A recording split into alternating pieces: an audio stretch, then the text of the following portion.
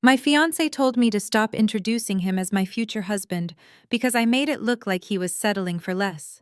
He thought he was climbing the social ladder by hiding me in the corner at parties. He had no idea I owned the ladder he was trying to climb. 2 days later, when he walked into a brunch with his friends and saw his termination papers served on a silver platter alongside a foreclosure notice, he realized that settling for me would have been the best deal of his life. Before I continue this story, let me know where you are watching from in the comments below. Hit like and subscribe if you have ever had to remind a man exactly who he was dealing with. My name is Imani Banks. I am 30 years old, and to the world, specifically to the man I agreed to marry, I am a freelance lifestyle blogger who drives a 5-year-old Honda and hunts for bargains at outlet malls. I keep my head down, I dress simply, I listen more than I speak. It is a carefully cultivated persona designed to filter out the opportunists in a city built on transactions. In reality, my name appears on the deed of the building we were standing in. To the IRS and a select group of senators on Capitol Hill, I am the founder and majority shareholder of the Sovereign Group, the most influential lobbying and political consulting firm in Washington, D.C. I do not just know where the bodies are buried. I bought the shovels. I keep my circles separate for a reason, because I wanted to be loved for who I am, not for what I can do for someone's career. Darius Sterling tested that desire and failed spectacularly. The grand ballroom of the Willard Hotel was buzzing with the specific frequency of power and money. It was a fundraising gala for Senator Mitchell, a man whose last 3 campaigns were quietly funded by my firm. The air smelled of expensive cologne and ambition. Crystal chandeliers cast a golden glow over the room, illuminating the forced smiles of politicians and the desperate eagerness of the junior staffers trying to get their attention. Darius was in his element, or at least he thought he was. He stood next to me adjusting the cuffs of a tuxedo he could not afford. He was a junior associate at a mid-tier consulting firm, but he walked with the swagger of a chief of staff. He had spent our entire engagement telling me how he was a rising star, how it was only a matter of time before he ran this city. He was handsome, I will give him that. Tall, charismatic, with a smile that could sell ice in winter. But tonight that smile was tight with anxiety. He scanned the room like a predator looking for a weak gazelle, ignoring the fact that I was standing right beside him. I was wearing a simple black sheath dress. It was vintage Givenchy, understated and elegant, but to Darius it looked plain. He had asked me earlier why I did not wear something with more sequins, something that popped. I told him I preferred to blend in. We navigated through the crowd. I spotted Senator Mitchell near the ice sculpture. I have known Mitchell for 10 years. We have had coffee in his kitchen while his wife complained about the school board. But tonight I was playing the role of the supportive, invisible fiancé. We approached the senator. Darius smoothed his lapel, his palms sweating. Senator Mitchell turned, his eyes lighting up when he saw me. Before he could greet me by name, Darius stepped in front of me, extending his hand aggressively. "Senator Mitchell, an honor to meet you," Darius said, his voice booming a little too loudly. "Darius Sterling. I am with Reynolds Consulting. We are huge admirers of your bill on infrastructure." The senator shook his hand politely, his eyes drifting over Darius's shoulder to me. "And who is this?" I stepped forward, smiling. "I am Imani." Darius immediately cut me off. "This is Imani, my fiancée. She writes a little blog about cooking." He said it with a dismissive wave of his hand, as if my career was a cute hobby that kept me busy while the adults talked. The senator looked at me, a flicker of amusement in his eyes. He knew exactly who I was. He knew that my little blog was a cover for a holding company that had just donated $2 million to his super PAC.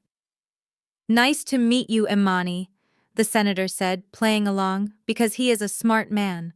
"I hope you are enjoying the evening, Senator," I said. We moved on.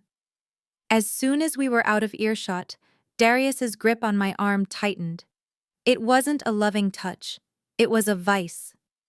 He pulled me sharply to the left, dragging me behind a large marble pillar away from the main crowd. His face, which had been beaming seconds ago, was now twisted into a scowl. "What are you doing?" he hissed. I pulled my arm away, rubbing the spot where his fingers had dug in. "I was being polite, Darius." He asked who I was. "You were hovering," he snapped. "You were standing there like a statue. And that dress, Imani, look around you. Everyone else is wearing designer gowns. You look like you are going to a funeral." I looked down at my dress. It cost more than his car, but he didn't have the eye to see it. "It is elegant, Darius." "And why does it matter?" "It matters because image is everything in DC." He whispered furiously, leaning into my face. "I am trying to build a network here. I am trying to get a seat at the table. And when I introduce you as my future husband and you look like that, it reflects on me." He looked around to make sure no one was listening, then delivered the blow he had been holding back. "Stop introducing me as your husband to these people," he said, his voice dripping with disdain. "Stop clinging to my arm.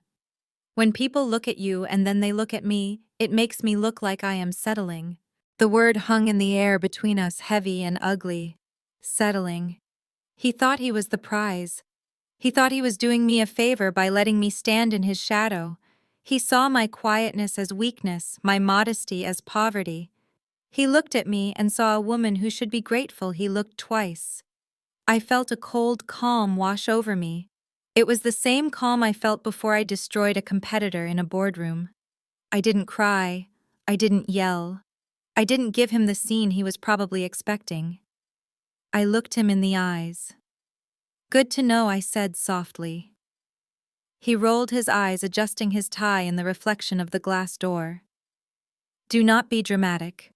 I am just being honest. I need them to think I have standards. I need them to think I am a man who commands the best. Just go find the bar or something. Stay out of the way for an hour." He looked past me, and his eyes widened. He spotted a man across the room near the VIP section. "Stay here," he ordered, "and try not to look so invisible. I see Julian Vance over there. He is a key player at the Sovereign Group. If I can get in with him, my career is made. That is the kind of connection I need." He straightened his jacket, put his fake smile back on, and walked away, leaving me alone in the shadows of the pillar. I watched him go. I watched him strut across the room full of unearned confidence. I watched him approach Julian Vance. Julian Vance is my chief of staff. He runs my errands. He picks up my dry cleaning. He schedules my dentist appointments. And tonight he was attending the gala on my instructions to scout for potential recruits. I watched Darius bow and scrape. I watched him laugh too loudly at something Julian said. I saw Julian look over Darius's shoulder. He scanned the room until he found me standing by the pillar. Our eyes met. Julian gave a subtle, almost imperceptible nod. He knew. Everyone in the room who actually mattered knew exactly who I was. The only person who didn't know was the man who had just told me I wasn't good enough for him. I reached into my clutch. I pulled out my phone. It was time to start pruning the dead branches from my life. I opened my secure messaging app. I typed a message to my executive assistant, who was likely monitoring the event from our headquarters. "Target Darius Sterling. Action: revoke his membership at the Georgetown Golf Club. Effective immediately. Reason: failure to meet financial requirements." Darius loved that club. It was where he pretended to be rich. It was where he took clients he wanted to impress. He had only gotten in because I had secretly vouched for him and paid his initiation fee under an anonymous guarantor. I hit send. I watched Darius across the room. He was handing Julian a business card, looking so proud of himself. He had no idea that the ground beneath his feet was already crumbling. He thought he was climbing. He didn't realize I had just cut the rope. This was just the appetizer. The main course was yet to come. I turned and walked toward the exit. If he wanted me to stop introducing him as my future husband, I would grant his wish. By the time I was done with him, he wouldn't be anyone's husband. He would be a cautionary tale. The drive to Rowena Sterling's townhouse in Georgetown was filled with the sound of Darius humming. He was high on the fumes of his own perceived success at the gala, completely unaware that the only reason Senator Mitchell had spoken to him for more than 30 seconds was because I was standing there. He gripped the steering wheel of his leased BMW with a confidence that bordered on mania, glancing at me every few minutes with a look that suggested he was waiting for an apology. He expected me to be grateful that he had allowed me to breathe the same air as his idols. I stared out the window at the passing gas lamps and brick facades, my phone buzzing silently in my clutch with confirmation that his golf club membership had been successfully terminated. We arrived at his mother's house, a narrow, imposing structure that smelled of old money and desperate maintenance. Rowena Sterling opened the door before we even knocked. She was wearing a silk caftan and enough gold jewelry to anchor a small boat. She kissed Darius on both cheeks, lingering over him, as if he were a war hero returning from battle, and then offered me a tight, pained smile that barely engaged her facial muscles. "You are late," she said, ushering us into a dining room that was set with silverware I knew they had to hand wash because they could not afford to replace it if it tarnished. Chantel was already seated scrolling through Instagram, and her husband Connor was pouring himself a glass of wine that cost more than his contribution to the household expenses this month. Connor was a man who wore his privilege like a second skin, comfortable in his arrogance, and always eager to remind everyone of his opinions. Dinner was a tense affair of overcooked roast and passive-aggressive comments, but Darius could not wait to recount the events of the evening. He set his fork down with a clatter, wiping his mouth with a theatrical flourish. "You should have seen us tonight, Mom," he said, beaming. Senator Mitchell was practically eating out of my hand. "I really think this is it. I think I am going to get the senior advisor role." "That is wonderful, darling," Rowena cooed. "I always knew you were destined for the Senate." Darius laughed, shooting a glance at me. "Of course we had a little hiccup. Imani decided to wear that black dress. You know the one, the funeral dress." Chantel snorted into her wineglass. "The vintage one." "Oh my God, did you actually wear that to the Willard, Imani? Tell me you did not." I took a slow sip of water. "It is a classic silhouette, Chantel. Givenchy." Darius waved his hand dismissively. It looked cheap, and she was clinging to me like a lost puppy. I had to pull her aside and set some ground rules. I told her straight up, "Stop introducing me as your future husband." The table went silent for a beat, and then to my lack of surprise they started laughing. It wasn't nervous laughter. It was genuine, amused laughter. They found my humiliation funny. They found the idea of Darius being ashamed of me entertaining. "You told her that," Connor asked, chuckling, as he leaned back in his chair. "That is bold, man. But honestly, you had to say it." I looked at Connor. He met my gaze with a smirk that made my blood run cold. "Don't look at me like that," Imani, Connor said, swirling his wine. "I am just keeping it real. You have to understand the optics. Darius is a catch. He is going places. And usually guys like him end up with models or corporate lawyers. You know, women who bring a certain asset value to the table. You write a blog. You should feel lucky he is even bringing you to these events. Most guys would have left you at home." Rowena nodded in agreement, slicing her meat with precision. "Connor is right, dear. Darius has always had high standards. We were all quite surprised when he chose you. We assumed it was a phase. But since he seems determined to go through with this wedding, we have to be practical." She reached under the table and pulled out a thick, cream-colored envelope. She slid it across the tablecloth toward me. It stopped right next to my untouched plate. "What is this?" I asked, my voice calm, though the air in the room felt heavy enough to choke on. Rowena smiled. It was the smile of a woman who believes she is doing the hired help a favor. "We call it the Sterling Finishing Curriculum," she said. "Since you are going to be representing this family, we cannot have you dragging Darius down. He was right to correct you tonight, but you need more than just a scolding. You need training." I opened the envelope. Inside was a typed list on heavy cardstock. It was a list of classes and consultants. Etiquette and social graces. Mrs. Vanderbilt's School of Protocol. Wardrobe consultation. The image group. Ask for the executive package. Elocution and public speaking. Mastering the art of conversation. Wine pairing and fine dining. The sommelier's course. I scanned the list. These were not suggestions. This was a reprogramming manual. They wanted to erase Imani Banks and replace her with a Stepford wife who knew which fork to use for oysters. At the bottom of the list, someone had handwritten a note in red ink. Total estimated cost $25,000. I looked up at Rowena. Who is paying for this? Rowena let out a short, incredulous laugh. Well, you are, of course. We cannot be expected to fund your self-improvement. You need to invest in yourself if you want to be worthy of the sterling name. Consider it your tuition for entering this family. You can probably set up a payment plan. Or maybe pick up some extra freelance writing gigs. Darius nodded, looking at me with an expression that he probably thought was supportive, but looked entirely condescending. It is a good idea, babe. Mom spent a lot of time putting this together. It will help you fit in. You want to fit in, don't you? You don't want me to be embarrassed next time. I looked at the faces around the table.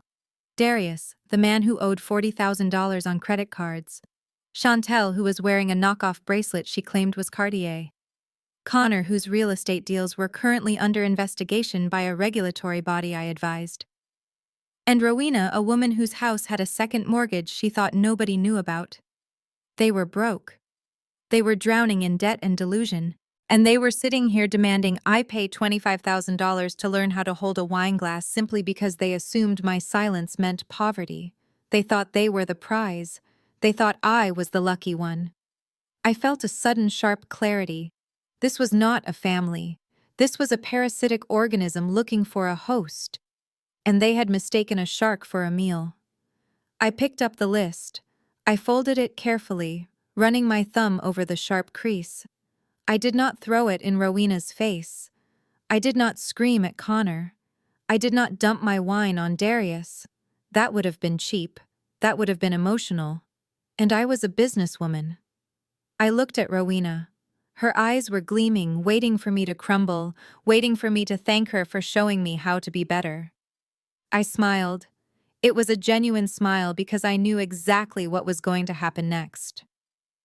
Thank you, Rowena, I said softly. This is very illuminating. I tucked the envelope into my purse. So you will do it? Darius asked, looking relieved. I looked at him. I looked at the man who was worried about settling. Used to, I said.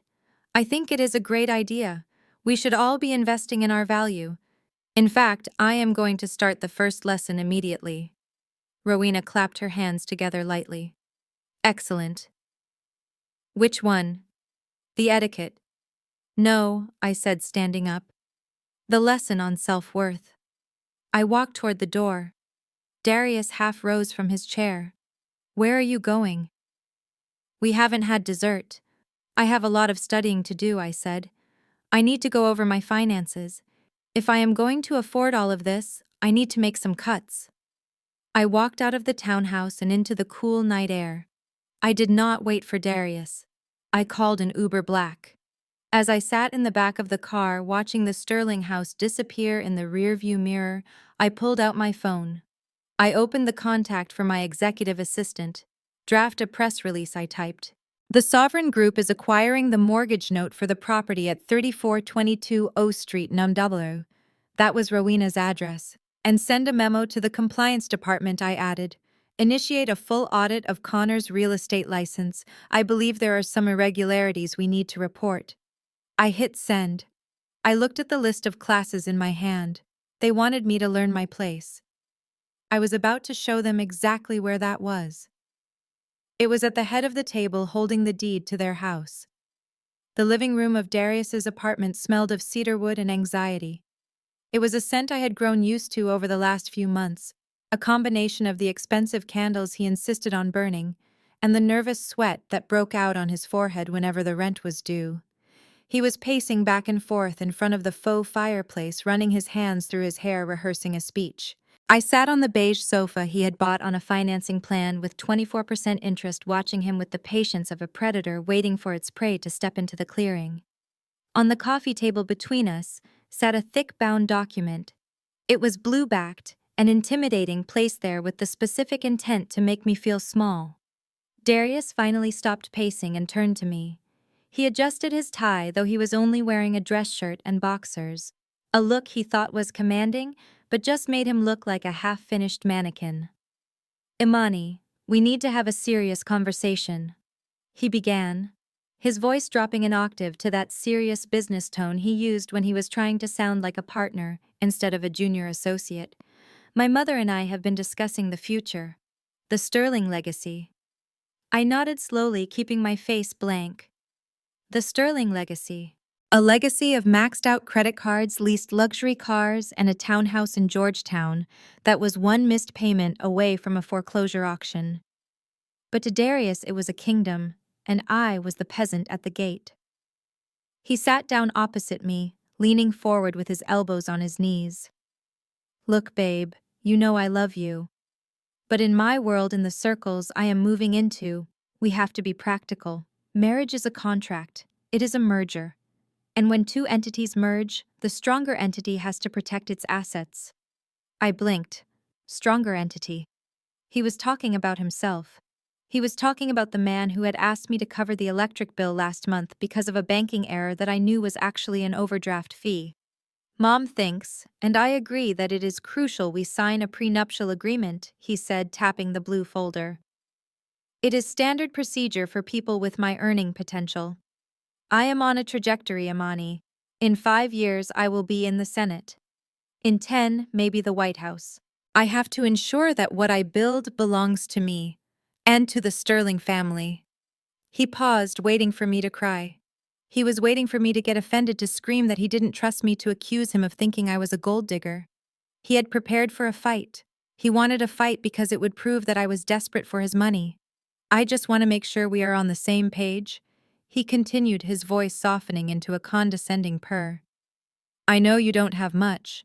Your little blog is cute and I am sure it pays for your groceries, but we are talking about millions of dollars in future assets. I need to know you are with me for me, not for the lifestyle I am going to provide." I looked at the document. It was thick. Rowena must have spent her last dime on a lawyer to draft this. It undoubtedly contained clauses stripping me of any claim to his future earnings, his property, his retirement accounts. It was designed to leave me destitute if we divorced. But Darius, in his arrogance, had forgotten how the law works.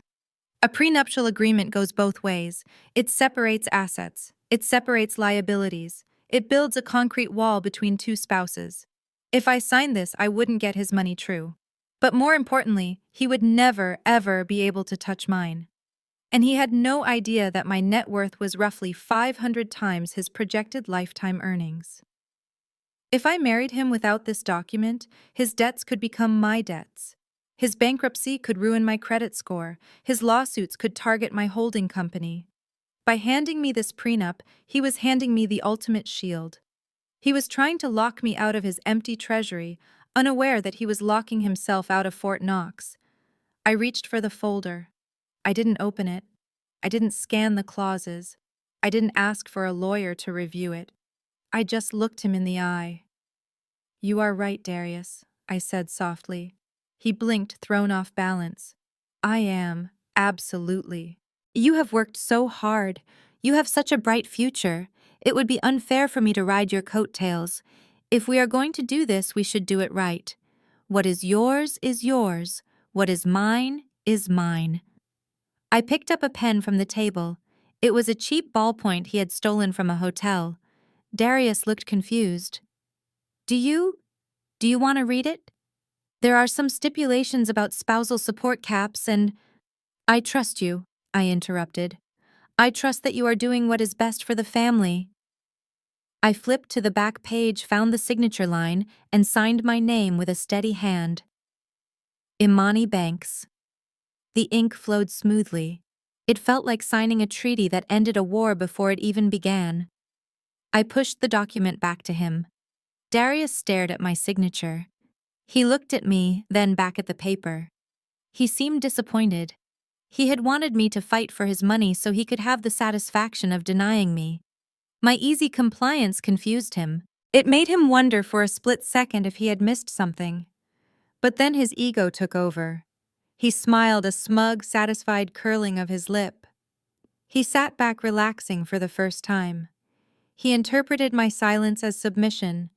He thought I was so desperate to marry him, so desperate to attach myself to the sterling name that I would sign away my dignity just to keep the ring on my finger. "See? That wasn't so hard, was it?" he said, closing the folder and patting it affectionately. "You are a good girl, Imani. You understand your place. Mom will be so relieved. She was worried you were going to be difficult. She thought you might be, well, looking for a payout. But you proved her wrong." He stood up and stretched his chest, puffing out. "This is good. Now I can focus on what really matters, my career." He walked over to the dry cleaning bag hanging on the closet door. He pulled out a crisp white dress shirt. He held it up, inspecting the cuffs. "Speaking of career," he said, his tone shifting from negotiator to master. "I have a massive meeting tonight, life-changing stuff. I'm meeting with a senior partner from the Sovereign Group." I froze. The Sovereign Group? My company? He didn't notice my reaction. He was too busy inspecting a wrinkle on the collar. "This is the big league, Imani. If I land this account, if I can get them to back Senator Mitchell, I am made. I will be a senior partner by Christmas. I need to look perfect." He tossed the shirt at me. It landed in my lap, light as a feather but heavy with insult. "Iron this for me, would you?" he said, turning toward the bathroom. "And light starch. I need to look sharp. These people are sharks. They can smell weakness. If I walk in there with a wrinkled shirt, they will eat me alive." He stopped at the bathroom door and looked back at me. He saw me sitting there, the prenup signed, his shirt in my lap. He saw a conquered woman. He saw a servant. "You are lucky, Imani," he said. "Most men wouldn't put up with a woman who brings so little to the table, but you are loyal, and you follow instructions. That is a rare quality." He closed the door. I heard the shower turn on. I sat there for a moment, listening to the water running. I looked at the shirt in my lap. I looked at the blue folder on the table. He was meeting with the Sovereign Group. He was going to walk into my building, pitch my employees, and beg for my money. And he wanted me to iron the shirt he was going to wear to do it. I stood up. I walked to the kitchen and plugged in the iron. I laid the shirt out on the board. I ironed it perfectly. I used heavy starch just the way he hated it, so the collar would be stiff and uncomfortable against his neck all night. I wanted him to feel the pressure. As the steam rose, I smiled. He was right about one thing. The people at the Sovereign Group were sharks. And tonight, he was going to find out that he was swimming in the tank with the great white. I hung the shirt on the door handle. I grabbed my purse. I walked out of the apartment without saying goodbye. I had my own meeting to get to. I had to get to the office before he did. After all, it would be rude for the CEO not to be there to welcome such a promising young applicant. The lobby of the Sovereign Group headquarters is designed to make people feel small. The ceilings soar 3 stories high, supported by pillars of black marble that cost more than the average American home. The air is filtered to a crisp 68 degrees and smells faintly of white tea and intimidation. It is a place where senators come to beg for funding and CEOs come to bury their scandals. I built this fortress to keep the chaos of the world out, but tonight I was letting the chaos walk right through the front door. I arrived 15 minutes before Darius's scheduled appointment. I was wearing a charcoal wool trench coat buttoned all the way to my chin, hiding the bespoke Armani power suit underneath. To the casual observer, I looked like just another commuter escaping the DC wind. To Darius, who I knew was watching the entrance like a hawk, I would look like a liability. I stood near the security turnstiles, pretending to examine a piece of abstract art on the wall. My phone buzzed with a message from Julian Vance, my chief of staff. "He is in the building. He is sweating through that shirt you starched." "Good job." I suppressed a smile. The heavy starch was a petty touch, but effective. Darius hated being uncomfortable, and I wanted him itching in his own skin before I skinned him alive financially. The revolving doors spun, and there he was. Darius Sterling walked in clutching a leather portfolio as if it contained nuclear codes. He smoothed the front of his shirt, grimacing slightly as the stiff collar dug into his neck. He checked his reflection in the glass, practiced his winning smile, and then turned toward the reception desk. That was when he saw me. His smile vanished instantly, replaced by a look of sheer panic that would have been comical if it were not so insulting. He abandoned his path to the reception desk and marched straight toward me, his shoes clicking aggressively on the polished floor. He looked around wildly to see if anyone important had noticed us. "Imani," he hissed, grabbing my elbow and pulling me away from the center of the room. "What the hell are you doing here?" I looked at him calmly. "I told you, Darius. I had a meeting." He looked me up and down, his eyes landing on my sensible tote bag and the coffee cup in my hand. "A meeting. Here. What are you delivering lunch? Did you pick up a side gig with DoorDash to pay for those etiquette classes my mother suggested?" His cruelty was so casual, so reflexive. He could not conceive of a world where I entered this building for any reason other than servitude.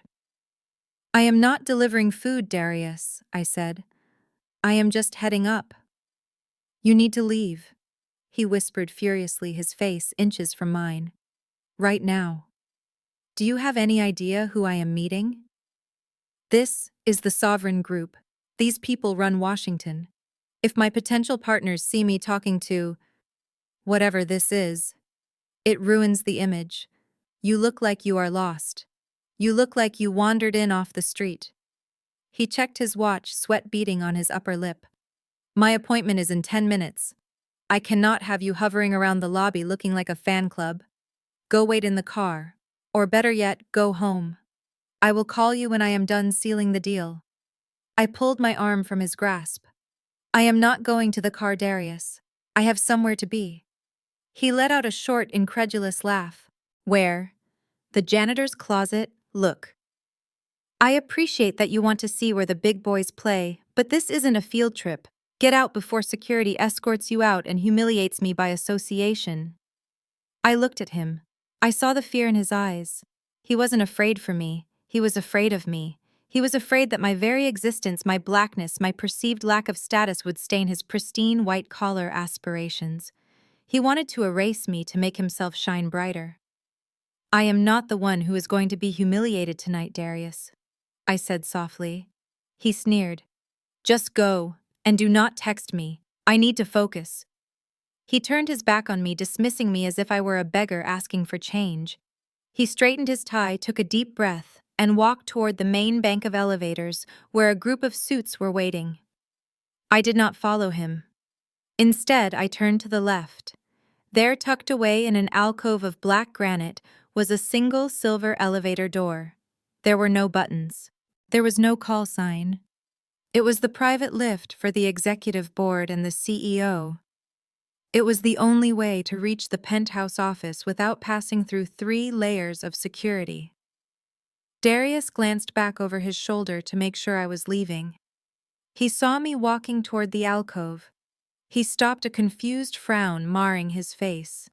He stepped away from the main elevators and walked toward me again. "Where are you going?" he called out, his voice echoing slightly. "That is not the exit. That is a service area." I ignored him. I walked up to the silver doors. I did not press a button. I simply looked into the small, dark panel beside the frame. A beam of red light scanned my retina. A soft chime sounded, and the heavy doors slid open silently. Darius jogged over, looking bewildered. "How did you do that? Did you steal a keycard, Imani? You are going to get arrested. That is a restricted area." I stepped inside the elevator. The interior was lined with velvet and gold. It smelled of power.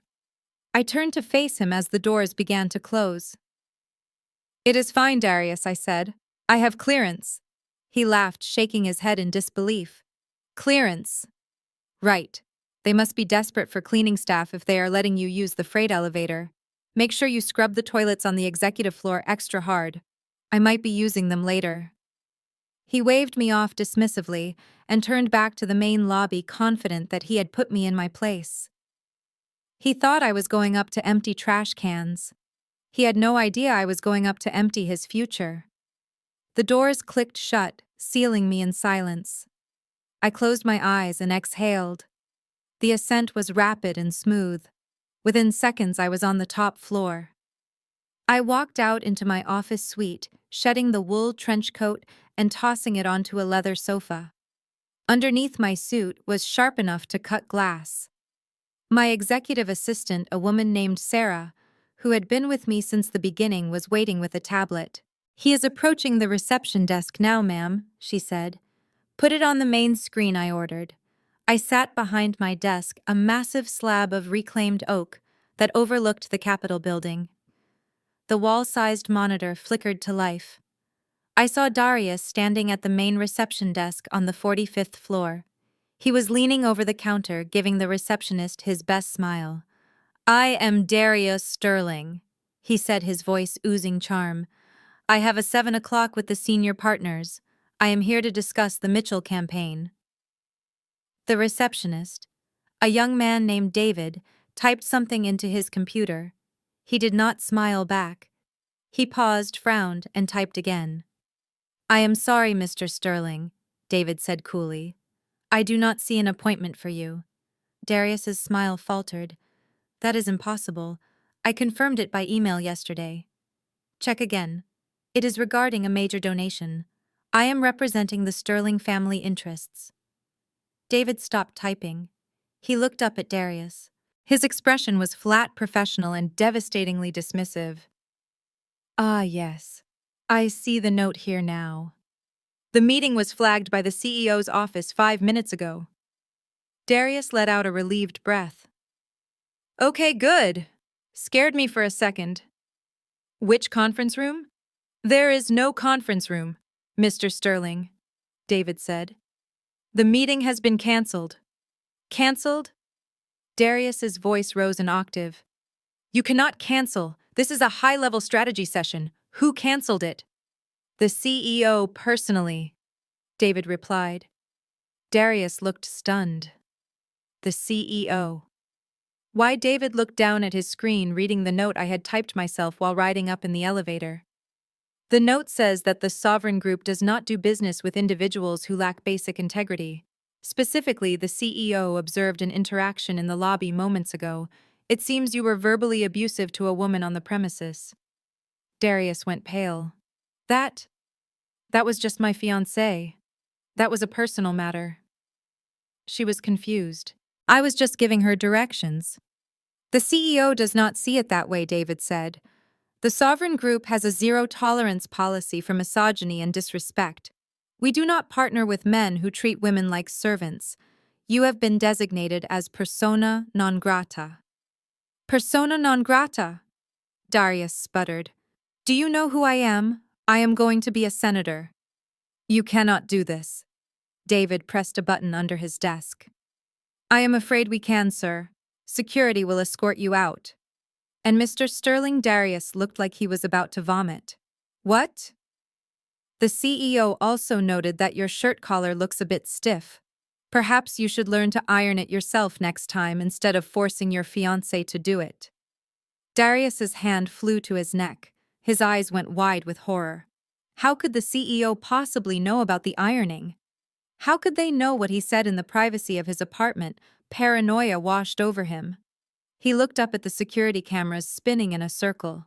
2 large security guards stepped out from the hallway. They did not look friendly. "Please remove Mr. Sterling from the building," David said, "and ensure he does not loiter in the lobby. We do not want him harassing the cleaning staff." The guards grabbed Darius by the elbows. He didn't fight them. He was too in shock. As they dragged him toward the public elevators, he kept muttering to himself. How did they know? How did they know I watched him disappear from the screen?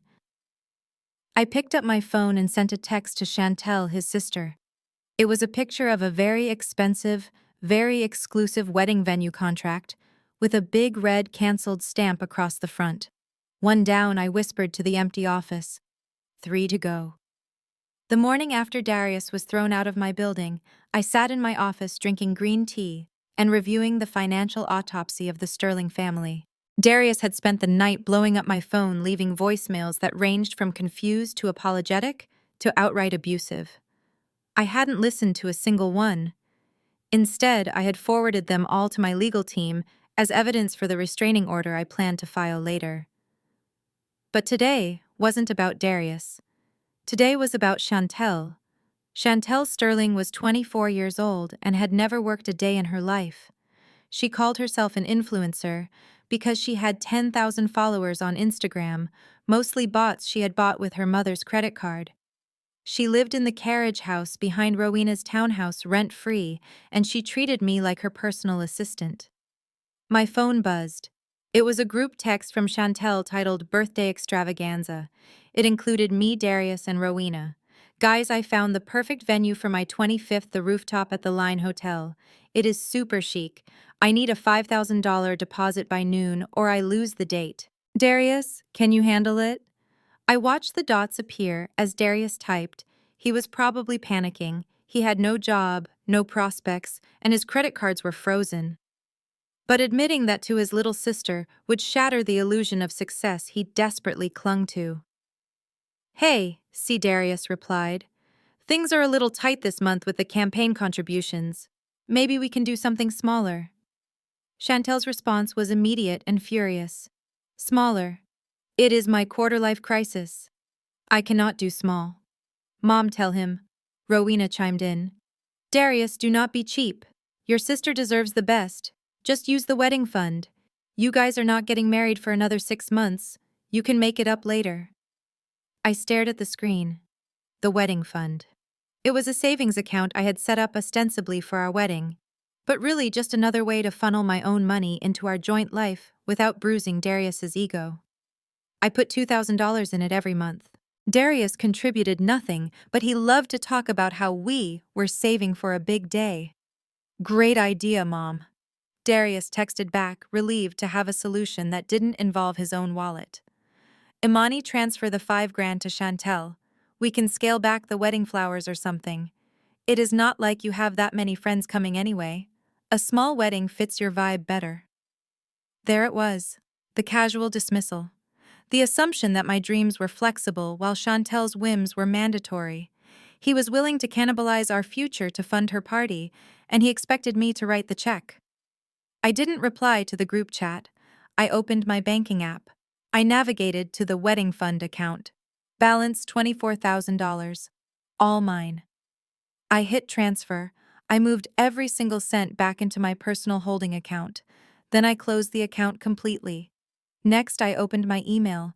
I had deposits down on a venue, a florist, and a caterer for the wedding. All paid for by me, but booked under the name Sterling Banks Wedding. I drafted 3 emails. Please cancel my reservation and refund the deposit to the original form of payment. I hit send. Within minutes, my phone buzzed with confirmations. $10,000 in refunds were on their way back to me. The Sterling Banks wedding was officially defunct. I smiled and turned my attention back to Chantel. She was currently at L'Amour Bridal, one of the most expensive boutiques in Georgetown. She wasn't getting married, but she had decided she needed a white gala gown for her birthday that looked suspiciously like a wedding dress. She had posted a story about it 10 minutes ago, captioned, "Fitting for the Queen." I knew how she planned to pay for it. Darius had given her a credit card a few months ago for emergencies. He told her it was his corporate card. In reality, it was a supplementary card on my account that I had let him have for gas and groceries. He had given it to his sister to buy couture. I opened my credit card app. I found the supplementary card issued to Darius Sterling. I tapped Report Lost Stolen. I tapped Freeze Account. Then I called the boutique. L'Amour Bridal, this is Pierre. Pierre, this is Imani Banks, I said. I believe my future sister-in-law Chantel Sterling is in your shop right now. Ah yes, Ms. Sterling is trying on the Vera Wang. She looks stunning. I am sure she does, I said. I just wanted to alert you to a potential issue with the payment method she intends to use. The card ending in 4598 has been flagged for fraud. If she tries to run it, it will decline. And the issuer has instructed that the card be confiscated. Oh my, Pierre gasped. Are you certain positive? I am the account holder. I would hate for you to lose the dress to a declined transaction. Thank you for the warning, Ms. Banks. I hung up. Now all I had to do was wait. According to Chantel's Instagram, she was with 3 of her besties. They were drinking champagne and taking selfies in the mirrors. Chantel looked radiant, twirling in a $10,000 gown she had no business wearing. I imagined the scene. She would walk up to the counter, handing over the heavy platinum card with a flippant wave of her hand. Put it on my brother's card, she would say. Pierre would swipe it. The machine would beep. The red light would flash. I didn't have to imagine it for long. My phone rang 10 minutes later. It was Chantel. I let it go to voicemail. She called again. And again. Then the texts started. Imani, pick up the phone. The card isn't working. They think I stole it. They cut it up, Imani. Do something. I waited 5 minutes. Then I sent a single text back. Who is this? I do not have a sister-in-law. My wedding has been cancelled. Then I blocked her number. I leaned back in my chair, picturing Chantel standing in the middle of the boutique, humiliated in front of her friends, the cut-up pieces of plastic on the counter, the dress she couldn't buy hanging heavy on her frame. She had wanted a birthday extravaganza. She just got one she would never forget. But I wasn't done with the Sterling women. Rowena was next. She had orchestrated this whole dynamic, teaching her children that they were entitled to everything, and I was entitled to nothing. She was the architect of my misery, and I was about to condemn her building. I called my assistant Sarah. What is the status of the Sterling townhouse mortgage? We acquired the note this morning, Ms. Banks, Sarah replied efficiently. And we found something interesting. Rowena Sterling hasn't paid her property taxes in 3 years. There is a lien on the house. Perfect, I said. Call the county. Tell them the new lien holder is accelerating the foreclosure process. I want a notice on her door by tomorrow morning. Consider it done. I hung up. Darius wanted to scale back the wedding because I didn't have enough friends. Well, now he didn't have a wedding at all. And soon, his mother wouldn't have a house to host the reception in. The office was quiet, save for the hum of the server room down the hall, where my algorithms were busy making me more money in a minute than Darius made in a year. I took a sip of my tea. It was cold, but it tasted sweet. The dismantling of the Sterling family was proceeding ahead of schedule. But there was one loose end. Connor, the brother-in-law who liked to make jokes about my little blog and my cheap car. He was a real estate developer who thought he was a shark. He didn't know he was swimming in my ocean, and I had just spotted a drop of blood in the water. I opened a file on my computer labeled Project High Rise. It was Connor's latest venture, a luxury condo building he was trying to get off the ground in Navy Yard. He needed a zoning variance from the city council. He needed financing from a major bank. And he needed a miracle. I happened to be all 3. I picked up my phone and dialed the number for Councilman Davis, a man who owed his last re-election to my super PAC. Hello, Councilman, I said when he answered. It is Imani. I am looking at the zoning agenda for next week. There is a project by a Mr. Connor O'Malley, high-rise in Navy Yard. I have some concerns about the environmental impact. I think we need to delay the vote. Indefinitely. Of course, Imani, the councilman said, without hesitation. If you have concerns, we will table it. Consider it dead in the water. Thank you, Councilman. I hung up. Connor's project was dead. His investors would pull out. His reputation would be ruined. I looked at the picture of Darius on my desk. It was from our engagement party. He looked so happy, so sure of himself. I picked up the frame and dropped it into the trash can. Settling, he had said. He was right. I had settled. But now I was raising the price. And the Sterling family couldn't afford me anymore.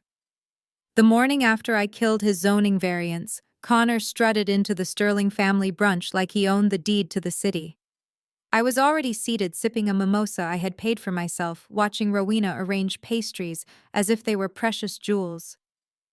Darius was nursing a hangover from his failed attempt to enter my building, though he had told his family he was strategizing late into the night. Connor threw his briefcase onto the table, nearly knocking over a vase of hydrangeas. He was beaming.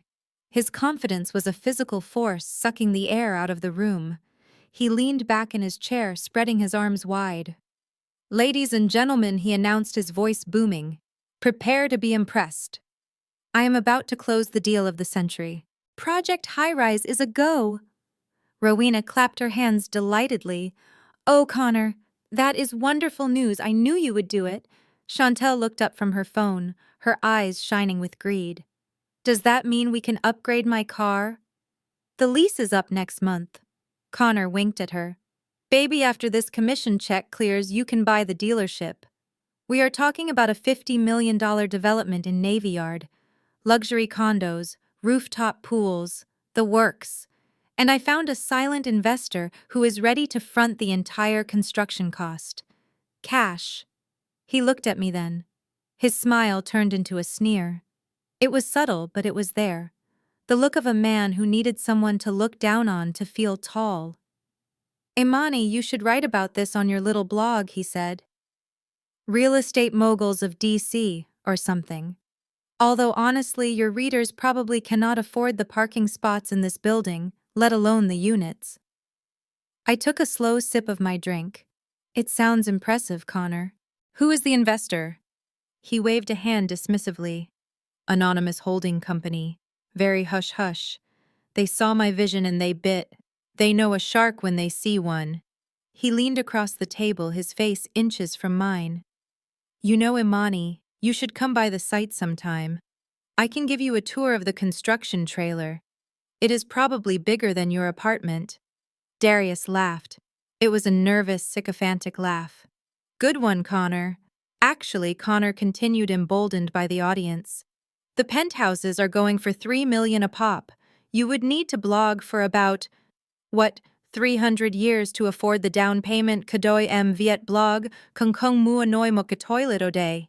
You could blog for your entire life and not afford a single toilet in this place." The table erupted in laughter. Rowena chuckled into her napkin. Chantel snorted. Darius patted Connor on the back. They loved it. They loved the idea that I was small and they were big. They loved the narrative of their own superiority. I smiled. It was a tight, polite smile.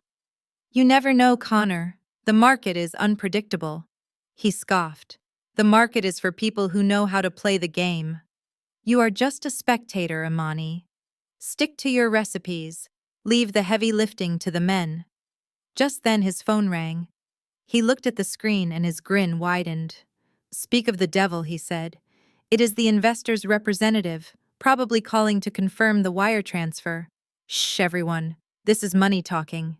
He put the phone to his ear, leaning back with an air of absolute authority. "Connor." "O'Malley speaking," he said smoothly. "I assume we are ready to proceed with the signatures?" The room went silent. We all watched him. I watched him closely. I wanted to see the exact moment the light left his eyes. There was a pause. Connor's smile faltered. He sat up straighter. I do not understand," he stammered. "What do you mean, re-evaluating the zoning board was a formality? I have Councilman Davis in my pocket." Another pause. Longer this time. Connor's face went from flush to pale. His hand gripped the phone so tight his knuckles turned white. Withdrawn, he whispered. "You cannot withdraw. We have a verbal agreement. I have already committed the contractors I have." He stopped. He listened. Then he lowered the phone, slowly staring at it, as if it had just bitten him. The call had ended. "What happened?" Rowena asked, her voice trembling. "Connor." He looked up. His eyes were wide, hollow. They pulled out. He said, his voice barely a whisper. "The investor. They pulled the funding." What Darius shouted. "Why?" They said the project is no longer viable. They said there are unforeseen regulatory hurdles. They said the zoning variance was denied this morning." Denied? Connor stood up, knocking his chair over. "That is impossible. Davis promised me I took him to dinner. I bought him a watch. He grabbed his briefcase and started frantically pulling out papers. I have to call my boss. I have to fix this. If I lose this deal, the firm loses the land option. It is millions of dollars down the drain. He dialed his boss. He put it on speaker, his hands shaking too much to hold the phone to his ear. Boss, look. There is a hiccup. Connor, a voice roared from the phone. It was a voice of pure, unadulterated rage. I just got off the phone with the city planning office. They killed the project. They said the environmental impact study was flagged by a concerned citizen with major political clout. Who did you piss off, Connor? Nobody, Connor yelled. I did everything right. You lost the investor, the boss screamed. You lost the land. Do you know what this does to our quarterly projections? You are done, O'Malley. If you cannot fix this by end of day, do not bother coming in tomorrow. You are fired. The line went dead. Connor stood there breathing heavily. The silence in the room was heavy, suffocating. The air of celebration had evaporated, replaced by the stench of failure. Rowena put a hand to her chest. Oh my God. Connor, what are we going to do? I do not know, Connor shouted, throwing his phone across the room. It hit the wall with a crack. I do not know who did this. It was a sure thing. Someone sabotaged me. I took another sip of my mimosa. It tasted sweet. Maybe you should have focused less on the toilets and more on the permits. Connor, I said softly. He spun around, his eyes wild. You think this is funny? This is my career, Imani. This is real life, not some blog post. I stood up. I smoothed my skirt. I walked over to where his phone lay on the floor. I picked it up. The screen was cracked, but it was still working. I placed it gently on the table in front of him. You should probably check your email, Connor, I said. I think you might have a severance package to negotiate, or maybe just an unemployment claim to file. He stared at me. For a second, just a second, I saw a flicker of suspicion in his eyes. He looked at my calm face. He looked at the way I wasn't surprised. He looked at the way I held myself not like a defeated blogger, but like someone who knew the outcome of the game before the dice were thrown. But he shook it off. It was impossible. In his mind, I was nothing. I was a gnat. A gnat could not take down a giant. Get out, he muttered. Just get out, Imani. I cannot deal with your stupidity right now. I smiled. Good luck with the job hunt, Connor. I hear the market is tough for sharks who lose their teeth. I walked out of the house. I walked down the steps to the sidewalk where a delivery driver was just walking up. He was holding a massive, extravagant floral arrangement. It was a funeral wreath made of white lilies and black roses. Are you looking for Connor O'Malley? I asked the driver. Yes, ma'am, he said. Delivery for Mr. O'Malley. He is inside, I said. Just go right in. I watched from the street as the driver walked into the house. Through the open window I heard the commotion. What is this? Rowena's voice shrieked. Who sent funeral flowers? Then Connor's voice reading the card. Good luck with the unemployment. Signed, the person who cannot afford a toilet. I heard a crash, something glass breaking. Connor screaming my name. Imani. He knew, he finally knew. But he couldn't prove it. And even if he could, who would believe him? The blogger who took down the developer. It was too absurd. It was too perfect. I got into my car. My phone buzzed. It was a text from Councilman Davis. Done and done, Ms. Banks. Always a pleasure serving the community. I texted back. The pleasure is mine, Councilman. Expect a donation to the library fund tomorrow. I drove away, leaving the Sterling family to mourn the death of their ambitions. Connor had wanted to show me a construction site. I had shown him a demolition, and I was just getting started. The foundation was cracked. Now it was time to bring down the walls. The atmosphere in Rowena Sterling's garden was not festive. It was funereal. The annual Sterling Charity Tea was supposed to be the event that rehabilitated the family name after the disastrous week they had endured.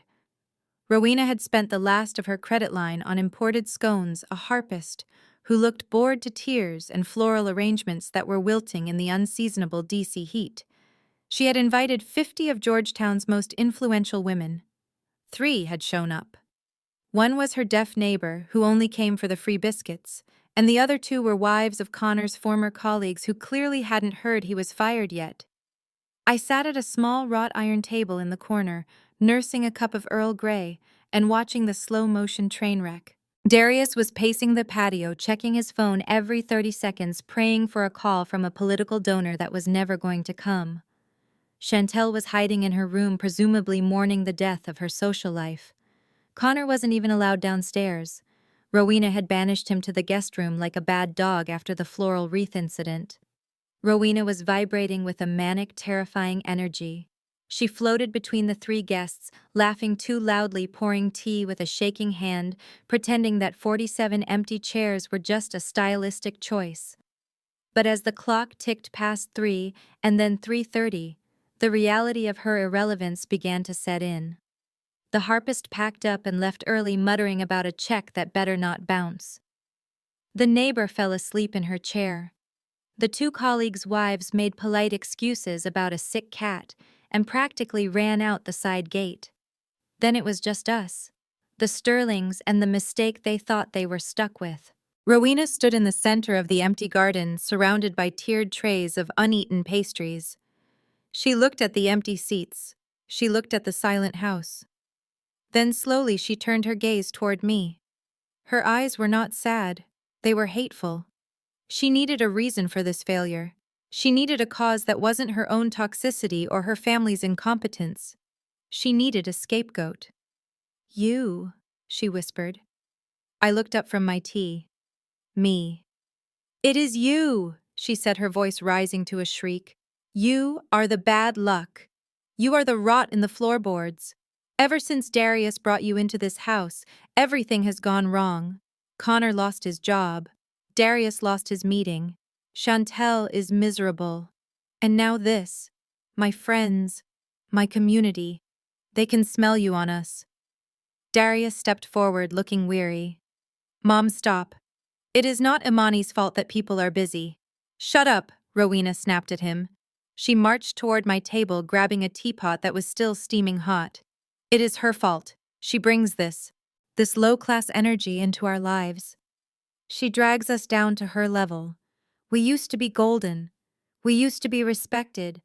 And now we are a joke, and it is because of her." She stood over me, trembling with rage. "You don't belong here, Imani. You never did. I tried to fix you. I gave you that list of classes. I tried to polish you up, but you cannot polish dirt. You just make the rag dirty." I set my cup down. I didn't stand up yet. I just looked at her, calm and collected. "Rowena," I said softly, "I think you are confusing cause and effect. Your friends didn't come because you are a snob with no money who judges everyone while drowning in debt. I am just the only one polite enough to stay." Her face twisted. "Polite. You think you are polite. You are an infection. You are polluting my son's potential. You are dirtying the Sterling bloodline with your mediocrity." And then she did it. She didn't just yell. She didn't just insult me. She tipped the teapot.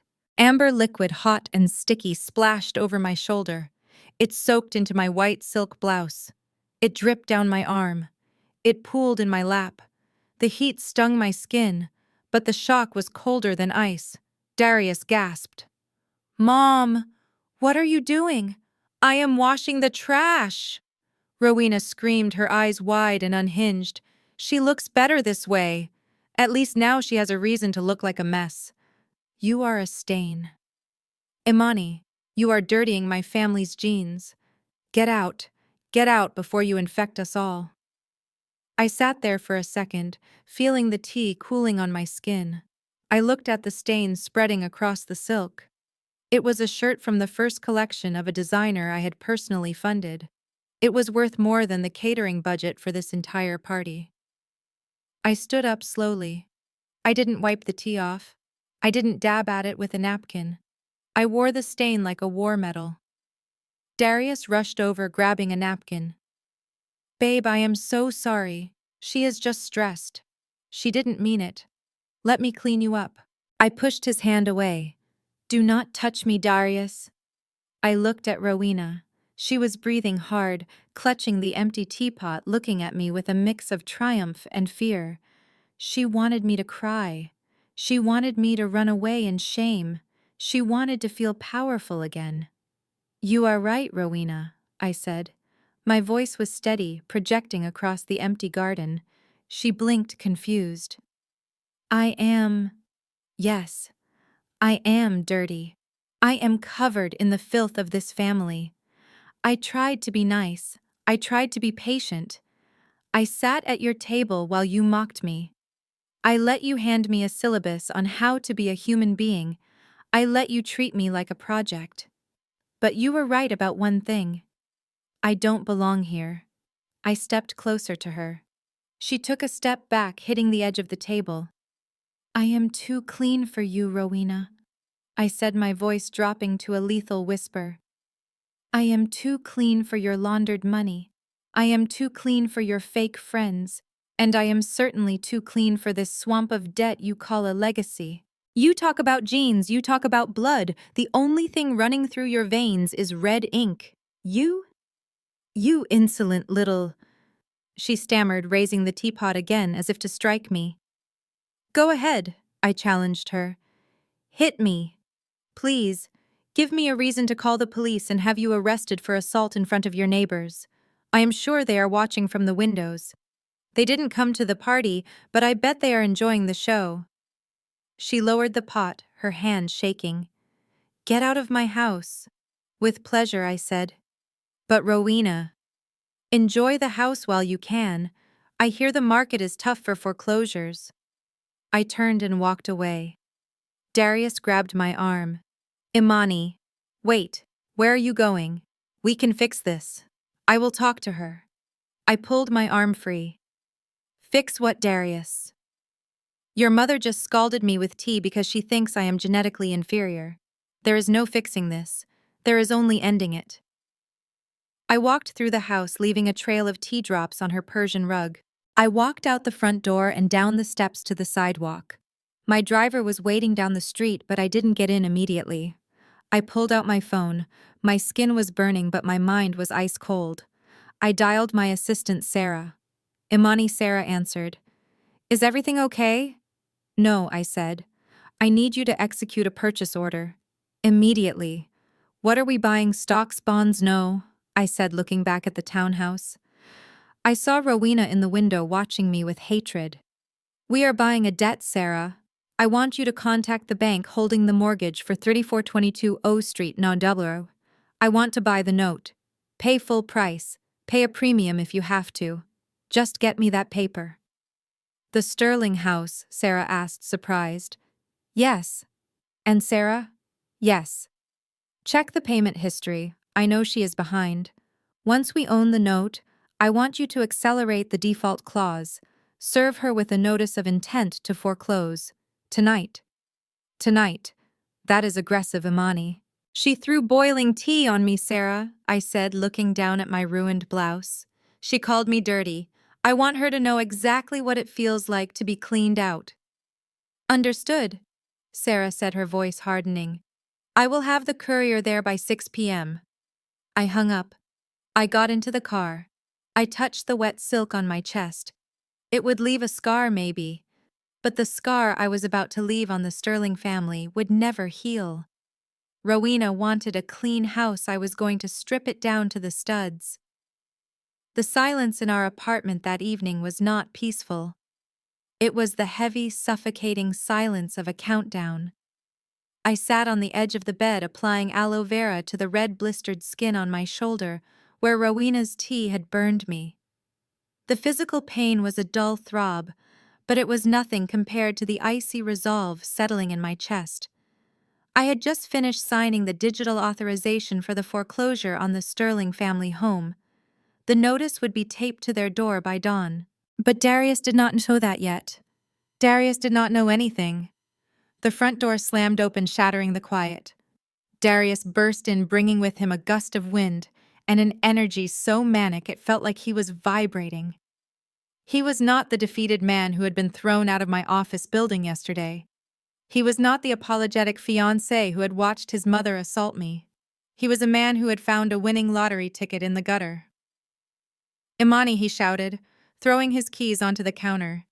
"You are not going to believe this. I told you. I told you I was untouchable." He marched into the bedroom, waving a thick, cream-colored envelope in the air. It was embossed with gold leaf. I recognized it immediately because I was the one who had approved the design, the font, and the guest list 3 hours ago.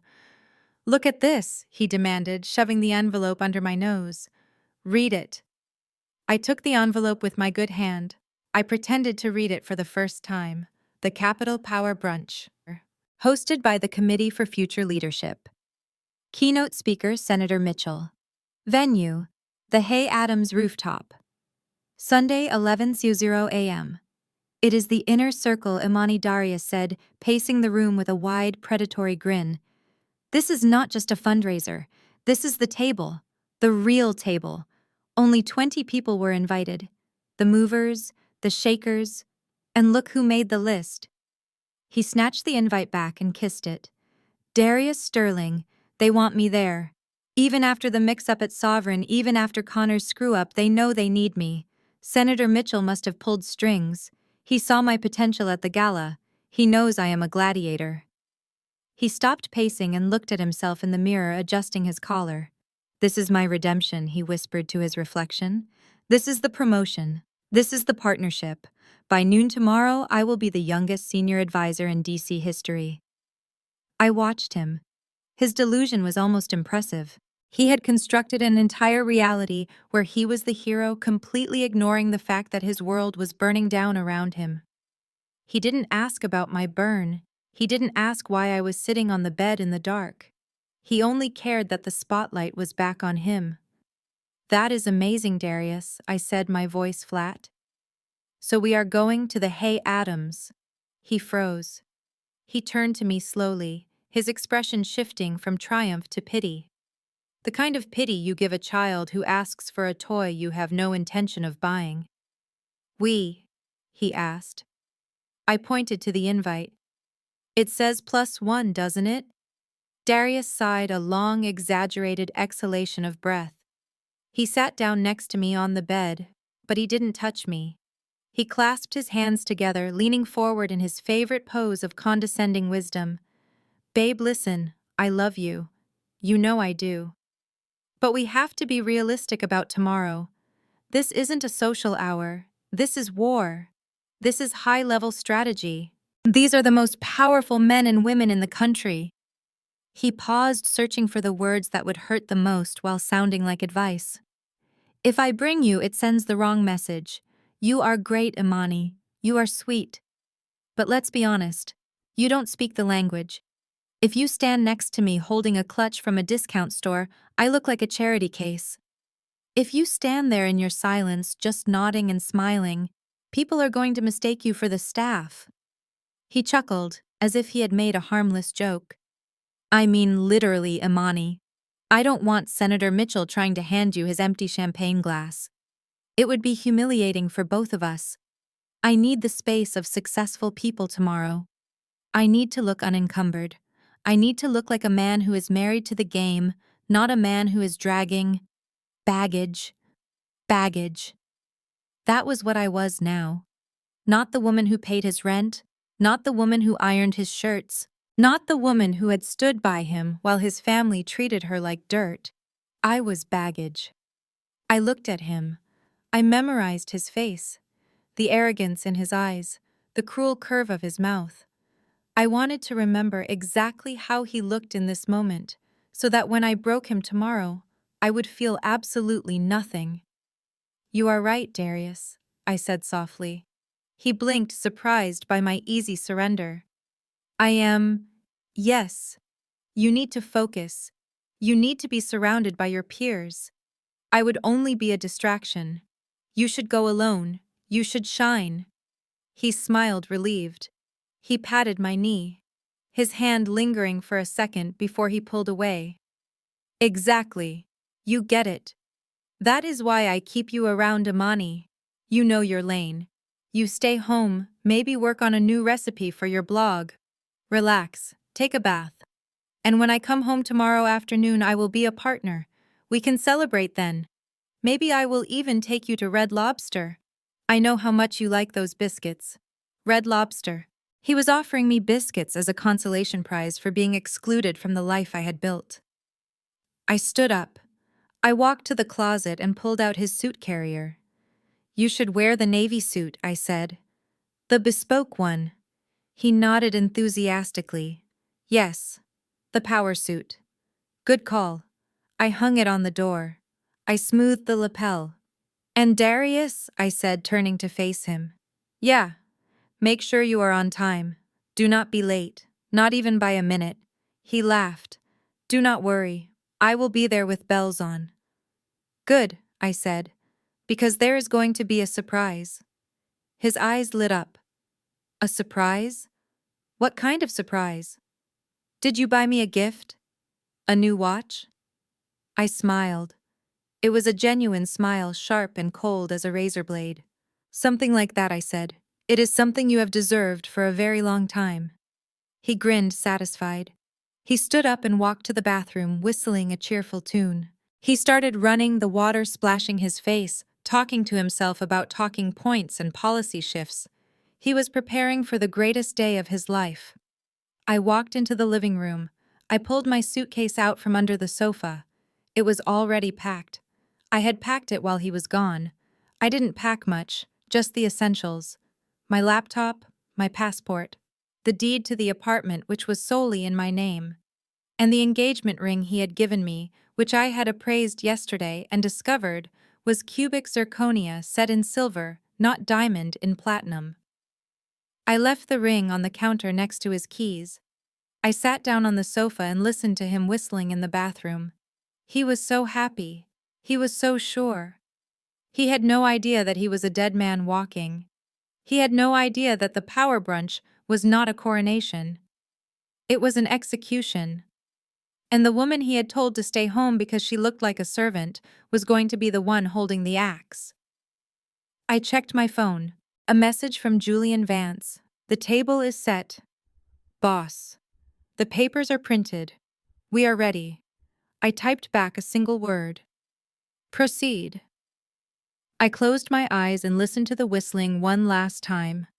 It was the sound of a man who thought he was settling. Tomorrow he would find out exactly what the cost of settling really was. The elevator doors of the Hay Adams Hotel slid open with a soft, expensive chime revealing the panoramic glory of the rooftop terrace. For Darius Sterling, this moment felt like an ascension to the heavens. He stepped out onto the marble floor, the Sunday morning sun gleaming off his polished shoes, and inhaled the crisp air that smelled of roasted coffee and absolute power. Directly across Lafayette Square, the White House stood stark and imposing against the blue sky, a reminder of the world he was about to conquer. Darius adjusted the cuffs of his bespoke navy suit, a garment he believed projected the image of a future senator, unaware that it was the uniform of a man walking to his own execution. He did not wait for the host. Men of his caliber, he told himself, did not wait. He scanned the terrace, his eyes locking onto the long rectangular table positioned at the edge of the balcony, commanding the best view in the city. Seated there were the titans of Washington. He saw Senator Mitchell looking grave and dignified. He saw the CEOs of 3 major consulting firms. And sitting directly across from the empty chair reserved for him was Julian Vance, looking sharp and lethal in a gray suit. Darius walked toward them with the casual arrogance of a man who believes the party does not start until he arrives. He buttoned his jacket, preparing the opening line he had rehearsed in the mirror all morning. Gentlemen, he announced, his voice projecting just loud enough to turn heads at nearby tables. What a glorious morning for strategy. Senator, it is an honor. Julian, good to see you. He stopped at the empty chair. He waited for a greeting, for a handshake, or perhaps for the senator to stand up and welcome the new rising star. No one moved. Senator Mitchell looked up from his tea with the blank, unreadable expression of a statue. Julian Vance did not even blink. He just tracked Darius with the cold precision of a sniper waiting for the green light. Darius interpreted the silence as reverence. He thought they were waiting for him to take his seat before the real business began. "Please do not stand on ceremony on my account," he joked, though the air around the table was thick with tension. He pulled out the high-backed leather chair, the legs scraping softly against the stone floor. As he prepared to sit, his eyes fell on the place setting. It was exquisite, with heavy silver cutlery and a crystal goblet. And there, resting just above the dinner plate, was a tinted card printed on heavy cardstock. Darius leaned in to read it, expecting to see his new title. Instead, the calligraphy was elegant, sharp, and brutally clear. It read, "Darius Sterling, former employee." Darius froze. He stared at the words, his brain struggling to process the visual information. Former employee. It did not make sense. He hadn't resigned. He hadn't been fired. He was getting promoted. Then a smile broke across his face. A wide, knowing, conspiratorial grin. He let out a loud, barking laugh that echoed uncomfortably across the silent terrace. "Good one, guys," Darius said, chuckling as he looked around the table. He pointed a finger at Julian. "This is your doing, isn't it, Vance? A little hazing for the new guy." "I get it. Break me down before you build me up." "Former employee. That is hilarious." He looked at Senator Mitchell for confirmation of the joke.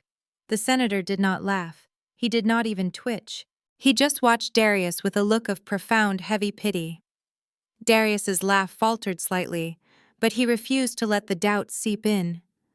He sat down, unbuttoning his jacket, trying to reclaim the energy in the room. "Classic initiation ritual," he continued, though his voice was a little higher now. "I can take a joke. It shows we can have fun while we run the country." He reached for the water goblet, his hand trembling just a fraction. "So, Senator, I have some thoughts on the Mid-Atlantic strategy. I was up all night crunching the numbers." Julian Vance cleared his throat. It was a sharp, dry sound that cut through Darius's monologue like a knife. "Mr. Sterling," Julian said, his voice smooth and devoid of warmth, "before we discuss strategy, perhaps you should check your place setting. I believe there is an agenda item you need to address first." Darius looked at Julian, then down at his plate. "The napkin." "Of course. The signing bonus. The official offer letter. They hid it in the napkin." It was another game. Another test. Darius grinned again, his confidence surging back. "You guys really go all out with the theatrics," he said. He reached for the heavy white linen napkin. He grabbed the corner and snapped it open with a flourish, expecting a check to flutter out. A check did not fall out. Instead, a thick, cream-colored envelope slid from the folds of the fabric and landed with a heavy thud on the center of his empty plate. It was sealed with red wax. The seal was stamped with a logo Darius recognized instantly: the Sovereign Group. Darius looked at the envelope. It looked official. It looked important. It looked like the future he had been promised. "See," he said, picking up the envelope and waving it at the table. "I knew it. The offer. You had me going for a second with the nameplate. But let's make this official." He slid his finger under the flap of the envelope. He tore it open, the sound of ripping paper loud and violent in the quiet morning air. He reached inside. There was no check. There were 3 distinct pieces of paper. Darius pulled them out. He held them up to the sunlight, squinting slightly. The first page was a legal document titled Notice of Termination for Cause. It cited gross misconduct, embezzlement, and unauthorized use of company funds for personal luxury items. The second page was a notification from the bank regarding the immediate repossession of his leased BMW due to 3 months of missed payments. The third was a foreclosure warning on his apartment, a place he claimed to own, but was actually renting on a lease that was now void. But it was the small, rectangular object resting on top of the pile that made his vision blur. It was a business card. Heavy matte black with gold embossed lettering. Darius reached for it, his fingers trembling so violently that he had to use both hands to steady the card enough to read it. Imani Banks, Chief Executive Officer and Founder. The Sovereign Group. His brain short-circuited. He looked at the logo on the card. It was the same logo on the termination letter. It was the same logo on the glass doors of the building he had been thrown out of yesterday. He looked up at Julian Vance. "This is a mistake," Darius whispered, his voice cracking. "This is a prank. Imani is a blogger. She writes about kale salads. She does not own the Sovereign Group." Julian did not answer. Instead, he stood up. Suddenly, every man at the table stood up. Senator Mitchell pushed his chair back and buttoned his jacket. They all turned their heads toward the glass doors of the private VIP dining room located at the far end of the terrace. Darius turned his head to follow their gaze. The automatic glass doors slid open with a smooth, expensive hiss. A woman stepped out. She was not wearing the sensible cardigan or the vintage dress Darius had mocked. She was wearing a white tailored power suit that looked like it had been sculpted from marble. The jacket was cut sharp at the shoulders, tapering to a waist that commanded attention. Her hair, usually pulled back in a messy bun, was blown out straight and sleek, falling down her back like a curtain of dark silk. She wore 6-inch stiletto heels that clicked rhythmically against the stone floor, a sound that echoed like a ticking clock. It was Imani. But it was not his Imani. This was a woman who walked with the terrifying grace of a predator entering her own territory. As she approached the table, Senator Mitchell bowed his head slightly. "Good morning, Ms. Banks," the senator said, his voice filled with a respect he had never shown Darius. "Thank you for hosting us."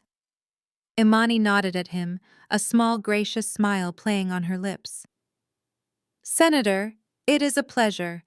I apologize for the delay. I had some trash to take out."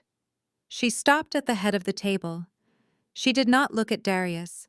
She placed her hands on the back of the empty chair that Julian had vacated for her. She looked around the circle of powerful men, her presence absorbing all the oxygen on the roof.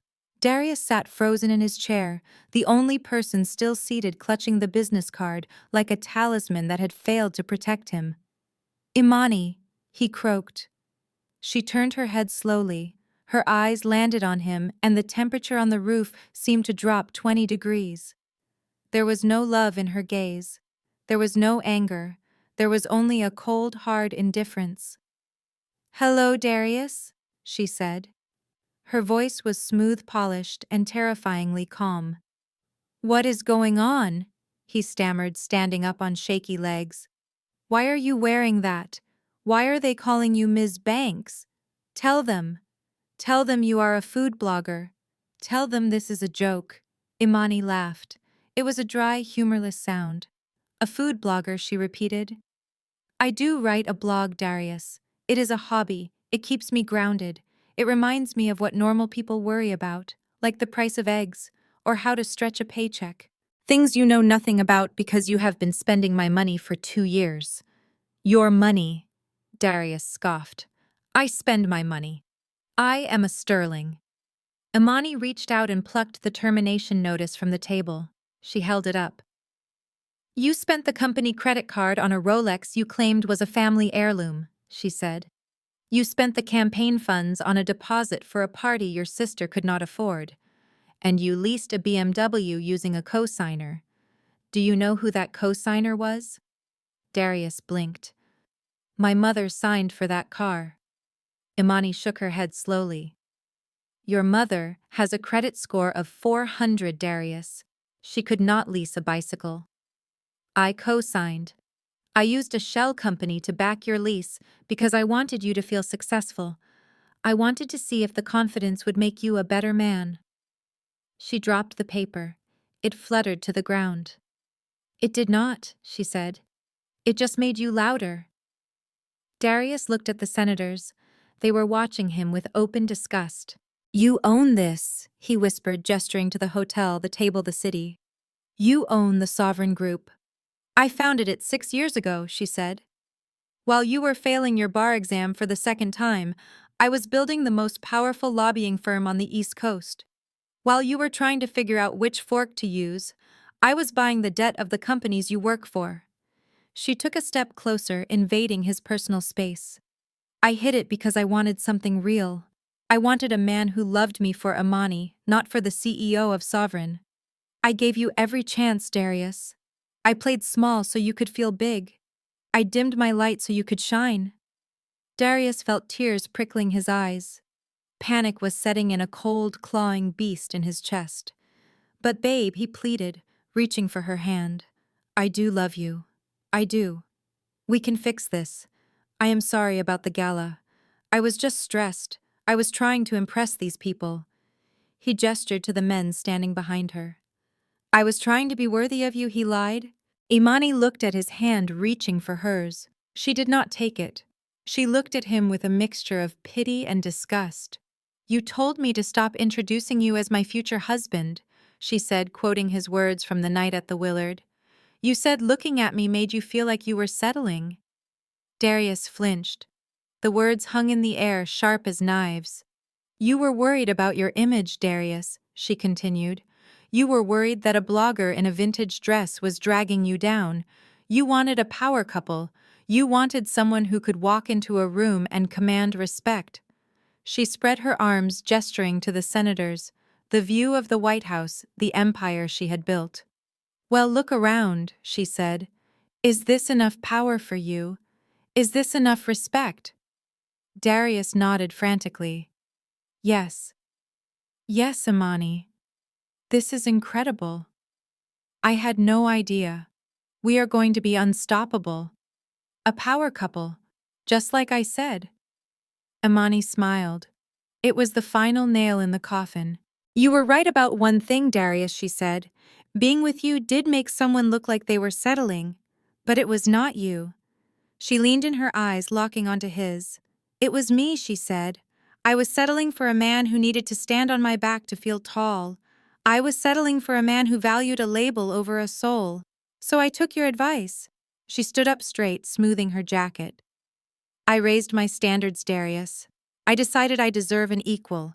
I decided I deserve a partner, not a project. She signaled to Julian. Julian pulled out a chair, but not for Darius. And you? She said, her voice turning to ice. You simply do not make the cut. Security, she called out, not looking away from his face. Please escort Mr. Sterling off the premises, and make sure he takes his napkin. He is going to need it to wipe his tears when he realizes his keycard to the apartment no longer works. The security guards had firm grips on Darius's arms, but his mouth was still free, and he was using it to dig his grave even deeper. As they dragged him toward the elevator, he dug his heels into the expensive carpet, turning the scene from a corporate dismissal into a public spectacle. He was shouting, his voice cracking with a mixture of panic and disbelief, screaming that I was a fraud, that I was crazy, that I was just a bitter ex-fiancé playing a cruel prank. Get your hands off me, Darius bellowed, struggling uselessly against the men who were twice his size. You cannot do this. I am a partner. She is lying. She is just a blogger. She hacked the system. He looked wildly around the rooftop terrace, searching for an ally, for someone to believe his delusion. His eyes landed on the entrance near the host stand, and his face lit up with a desperate hope that quickly turned to horror. Standing there just behind the velvet rope were Rowena and Connor. I had sent a car for them that morning. I had told them that Darius was being honored as the new face of the firm, and that their presence was requested for a surprise celebration. They were dressed in their Sunday best. Rowena was wearing a hat with a feather so large it looked like it was trying to fly away, and Connor was wearing a suit that was too shiny for daylight. They were smiling, expecting champagne and applause. Instead, they walked into an arrest. Mom, Darius screamed, seeing her. Mom, tell them. Tell them who I am. Tell them she is lying. Rowena took a step forward, confused. Darius, what is happening? Why are they manhandling you? Imani, tell them to stop this instant. I stood at the head of the table, flanked by Senator Mitchell and Julian. I picked up a small remote control from the table. I invited your family, Darius, I said. My voice amplified by the rooftop sound system, so that every word rang clear over the wind. Because you always said success means nothing if you cannot share it with the people you love. I thought they should be here to see exactly how you achieved your lifestyle. I pointed the remote at the large presentation screen that had been set up for the strategy meeting. Let us look at the portfolio of Darius Sterling, I announced. I pressed a button. The screen flared to life. It did not show campaign strategies or polling numbers. It showed a spreadsheet, a forensic accounting of Darius's corporate credit card and expense reports from the last 18 months. Item 1, I said, the laser pointer hitting a line item highlighted in red. June 14th. A charge of $5,000 to the Ritz-Carlton in Miami. Darius stopped struggling. He went pale. On your expense report, you listed this as client development with Senator Mitchell. I continued glancing at the senator. Senator, were you in Miami with my fiancé last June? Senator Mitchell looked at Darius with cold eyes. I was in session in D.C., Ms. Banks. I have never been to Miami with Mr. Sterling. I pressed the button again. A photo appeared on the screen. It was from Instagram, posted by one of Darius's fraternity brothers. It showed Darius on a boat in Miami holding a bottle of vodka with the caption, "Living the corporate life on the company dime." The crowd murmured. The socialites and politicians at the other tables were now watching the screen like it was a movie. Item 2, I said, clicking to the next slide. This one is my favorite. A charge of $8,000 to Tiffany & Co. A picture of the engagement ring I had left on our kitchen counter appeared on the screen. You told me you saved for 6 months to buy this ring, I said, looking directly at Darius. You told me you ate ramen noodles so you could give me the rock I deserved. But according to this ledger, you billed it to the firm as office supplies and equipment. I paused, letting the absurdity sink in. You bought your fiancé an engagement ring with her own company's money, Darius. You proposed to me with stolen funds. Rowena let out a strangled gasp. She put a hand to her chest, looking like she might faint. She looked at the screen, then at her son, the golden boy who was suddenly tarnished beyond repair. That is not true, Rowena shrieked, her voice shrill and desperate. It is a mistake. Darius would never steal. He is a Sterling. He is a thief, Rowena, I said calmly. And he is not a very smart one. Connor, who had been standing beside his mother in stunned silence, suddenly snapped. The humiliation was too much for his fragile ego. He saw his family name being dragged through the mud by the woman he had mocked just days ago. He saw the investors whispering. He saw the end of his social standing. You witch, Connor roared. He shoved past Rowena, charging toward the table. You doctored those photos. You hacked his accounts. I am going to sue you for defamation. I am going to ruin you. He lunged at me. He actually tried to cross the terrace to physically attack me. Senator Mitchell flinched, but I did not move. I did not even blink. I knew who was standing in the shadows. Before Connor could get within 10 feet of me, Elijah, my head of security, stepped into his path. Elijah is 6'5" and built like a tank. He didn't strike Connor. He simply extended one massive arm and clotheslined him. Connor hit the floor with a thud that knocked the wind out of him. He scrambled to get up, red-faced and sputtering, but 2 more guards were on him instantly, pinning his arms behind his back. Get him out of here, I said, waving my hand as if shooing a fly. He is trespassing. And tell the police to add assault to the list of complaints. Police, Darius whispered. As if on cue, the elevator doors opened again. This time, it wasn't catering. 4 officers in windbreakers emblazoned with the words, Economic Crimes Division, walked out. They moved with the heavy, purposeful stride of law enforcement. They walked straight to Darius. Darius Sterling, the lead officer said, pulling a pair of metal handcuffs from his belt. You are under arrest for wire fraud, embezzlement, and grand larceny. Darius looked at the cuffs. He looked at me. He looked at his mother, who was sobbing into her feathered hat. He looked at Connor, who was being dragged toward the stairwell, kicking and screaming. Imani, Darius pleaded, his voice breaking into a sob. Baby, please. Do not let them take me. I am scared. I cannot go to jail. I am not built for jail. Talk to them. You own the company. You can drop the charges. Just say it was a misunderstanding. Please. I will do anything. I will iron your shirts. I will quit the club. Just help me. I looked at him. I looked at the man who had told me I was settling. I looked at the man who had made me feel small so he could feel big. I walked over to him. The officers paused, letting me have my final word. I leaned in close so only he could hear me. I am helping you, Darius, I whispered. He looked at me with hope. You are? Yes, I said. I am teaching you the most expensive lesson of your life. It is a course on accountability. Consider it the final module of the Sterling finishing curriculum. I stood back and nodded to the officers. Take him away. Darius screamed my name as they marched him to the elevator. He screamed until the doors closed, cutting off his voice, and leaving only the sound of the wind and the polite applause of the senators who were impressed by how efficiently I cleaned up a mess. I turned back to the table. Rowena was standing alone by the entrance, trembling, her face streaked with mascara tears. She looked at me with terror. She waited for me to scream at her, to mock her, to kick her while she was down. I didn't. I simply picked up my glass of sparkling water. I raised it to her in a silent toast. Then I turned my back on her and sat down at the head of the table. Shall we continue with the brunch, gentlemen? I asked the room. I believe the air is much cleaner now.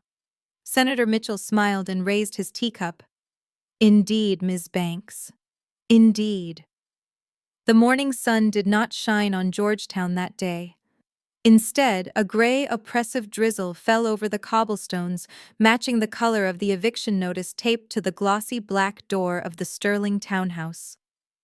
Rowena Sterling stood on the sidewalk, clutching a porcelain dog figurine she had managed to grab before the sheriff's deputies escorted her out. She was wearing a silk robe over her pajamas and a pair of fuzzy slippers that were rapidly soaking up the dirty rainwater from the gutter. Beside her, a mountain of possessions was growing as the movers paid for by the bank hauled the contents of the house onto the street. It looked like the aftermath of a natural disaster, but the disaster was entirely man-made.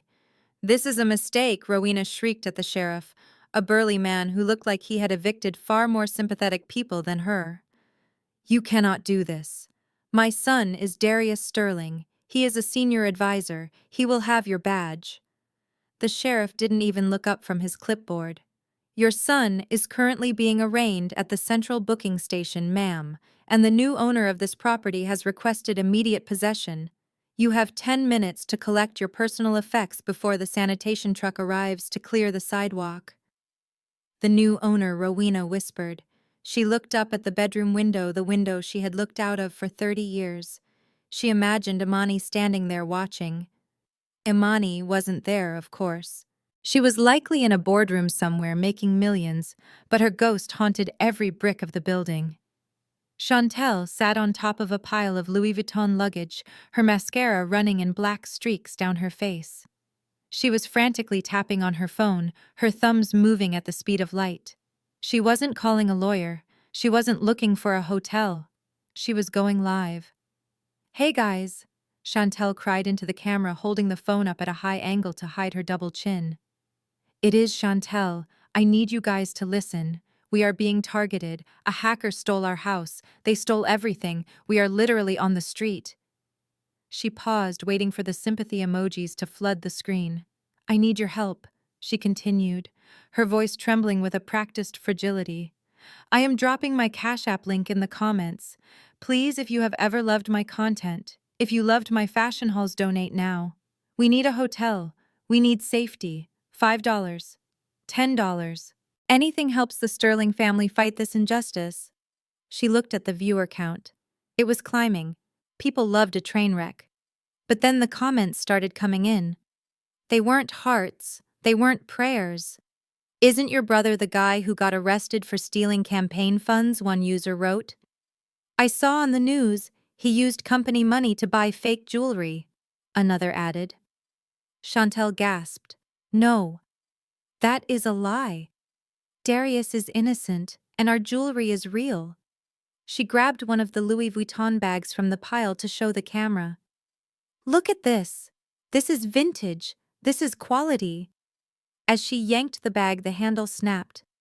It didn't tear like leather.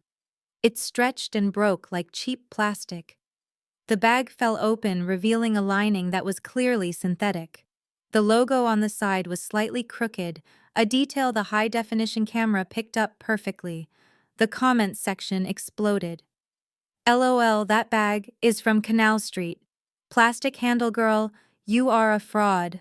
Stop begging for money and get a job. The Sterlings are broke. It was all a lie. Chantel stared at the screen, her face burning. The illusion she had spent years curating the image of the wealthy heiress shattered in real time. She wasn't an influencer. She was a punchline. She screamed and threw the phone onto the pavement. It cracked the screen, going black, cutting off the stream of insults, but not the reality of them. Mom Chantel wailed, turning to Rowena. They are laughing at us. They know everyone knows Rowena wasn't listening. She was watching a mover handle her favorite fur coat. He tossed it onto a pile of wet cardboard. Be careful with that, Rowena yelled, rushing forward. That is authentic mink. The mover looked at the coat. He picked it up with 2 fingers. Ma'am, the tag says 100% polyester, made in Bangladesh. This isn't mink. It is a fire hazard. He dropped it into a puddle. Rowena stood frozen. The cold rain soaked through her robe. The truth was surrounding her, piled high on the sidewalk. The fake bags, the fake furs, the fake life. For years she had sneered at Imani for being simple, for wearing vintage, for driving a Honda. She had called Imani cheap. But Imani was real. Imani was solid gold covered in dust, while the Sterlings were just gilded lead. We have nowhere to go, Chantel whimpered, hugging her knees. Connor isn't answering. His phone is disconnected. Darius is in jail. Who are we going to call? Rowena looked at the empty street. Her friends, the ones she had bragged to for years, were silent. They wouldn't answer her calls. Association with the Sterlings was social suicide now. She looked at the darkening sky.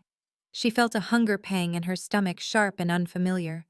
She realized she didn't even have enough money in her purse for a sandwich. There was one person who had money, one person who was family legally speaking until the annulment went through. Rowena reached into her pocket and pulled out her phone. Her hand shook as she scrolled through the contacts.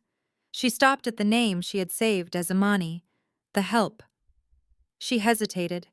The shame was a physical weight pressing down on her chest, but survival instinct was stronger. She pressed dial. She held the phone to her ear, closing her eyes. She rehearsed what she would say. She would apologize. She would beg. She would say she was an old woman who made mistakes. She would appeal to Imani's Christian charity. Imani, please. Just a hotel room. Just for a week. I will be better. I promise. The phone rang. Once. Twice. 3 times. Rowena held her breath. Pick up. Please pick up. The ringing stopped. The call connected. Rowena's heart leaped. Imani, thank God. Listen to me. But it wasn't Imani's voice.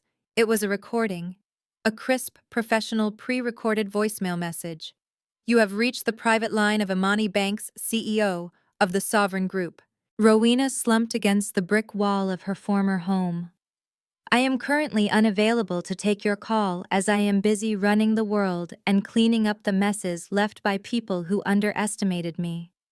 Rowena slid down the wall until she hit the wet pavement.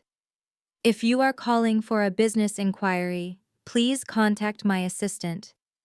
If you are calling to ask for a favor, a loan or forgiveness, please note that my charity budget for the fiscal year has been reallocated to more worthy causes. Have a productive day. Beep. The line went dead. Rowena stared at the phone. The message was clear. There was no anger in Imani's voice. There was no bitterness. There was only the indifference of a woman who had moved so far beyond them that they were no longer visible in her rearview mirror. Rowena dropped the phone into her lap. She looked at Chantel, who was sobbing over the broken handle of her fake bag. She looked at the sheriff, who was locking the gate to the garden she used to tend. Come on, Chantel, Rowena whispered, her voice cracking. Where are we going? Chantel asked, looking up with red, swollen eyes. I do not know, Rowena said, struggling to stand up in her soaked slippers. But we cannot stay here. We are blocking the sidewalk. They gathered what they could carry, a few bags of clothes, the porcelain dog. They walked down the street in the rain, two women who had spent their lives looking down on the world, now forced to look up at it from the bottom. As they turned the corner, a black luxury car drove past, splashing dirty water onto their legs. Rowena didn't even look up. She knew who it was, and she knew the car wouldn't stop. 6 months is a long time in politics, but it is an eternity in retail. For Darius Sterling, the last 180 days had stripped away every layer of the man he thought he was leaving behind, only a raw, exposed nerve. He was no longer a rising star or a senior advisor. He was employee number 492 at Nordic's department store, assigned to the ladies' footwear section, because the manager said he had a face that customers might trust, provided he didn't open his mouth too much. The fluorescent lights of the department store hummed with a headache-inducing frequency that Darius had come to accept as the soundtrack of his new life. His bespoke suits were gone sold to pay legal fees or seized by the court. In their place, he wore a black polyester button-down shirt that scratched his neck and a pair of generic slacks that were 2 inches too short. But the heaviest accessory he wore was not the name tag pinned to his chest. It was the GPS ankle monitor strapped to his leg, a bulky black plastic reminder that he was a convicted felon serving a suspended sentence. He had avoided prison time only by pleading guilty and agreeing to 5 years of strict probation, which included a mandatory employment clause. If he lost this job, he went to jail. It was that simple. Darius knelt on the gray industrial carpet, wrestling with a shoebox. A customer, a woman in her 60s with a sour expression, was tapping her foot impatiently. "Do you have this in a wide width or not?" she snapped. "I have been waiting for 10 minutes. "I am checking." Ma'am, Darius said, his voice lacking the smooth baritone confidence he used to project. He sounded tired. He sounded defeated. He found the size, slipped the shoe onto her foot, and forced a smile as she complained about the arch support. This was his reality now. Kneeling at the feet of strangers, touching their calloused heels, swallowing his pride 10 times an hour for minimum wage, plus commission. He remembered the rooftop at the Hay Adams. He remembered the view of the White House. Now his view was a wall of shoeboxes and the scuffed floor tiles. The store grew quiet around noon, a lull before the lunch rush. Darius stood up, cracking his back. He wiped sweat from his forehead. He was about to retreat to the stockroom to eat his cold sandwich when the atmosphere on the floor shifted. It was subtle at first. A hush fell over the cosmetics department near the entrance. Then the heads of the other sales associates turned in unison. The rhythmic clicking of high heels echoed against the marble walkway of the main aisle. It wasn't the frantic clacking of a shopper in a hurry. It was a slow, deliberate tempo. Click, click, click. Darius looked up. Walking toward the shoe department was a woman who looked like she had just stepped out of a magazine editorial. She was flanked by 2 men in dark suits, who moved with the professional alertness of private security.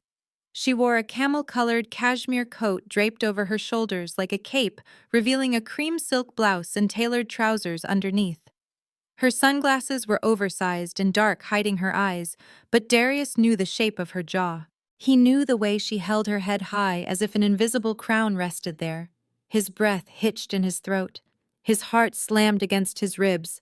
He wanted to run. He wanted to hide behind the register, but his feet were lead, and even if he could move, he couldn't leave the floor. His manager was watching from the podium. Amani stopped at the entrance to the shoe salon. She took off her sunglasses, slowly folding them and handing them to one of the guards. She looked around the department, her gaze sweeping over the displays, the customers, and finally landing on him. She didn't look surprised. She didn't look angry. She looked at him with the mild curiosity of a tourist looking at a local attraction. Darius felt a wave of nausea. He prayed she would turn around.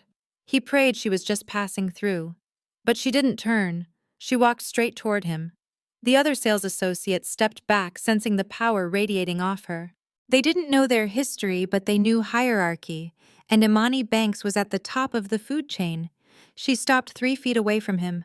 She smelled of the same expensive perfume she always wore, a scent that used to comfort him, and now smelled like judgment.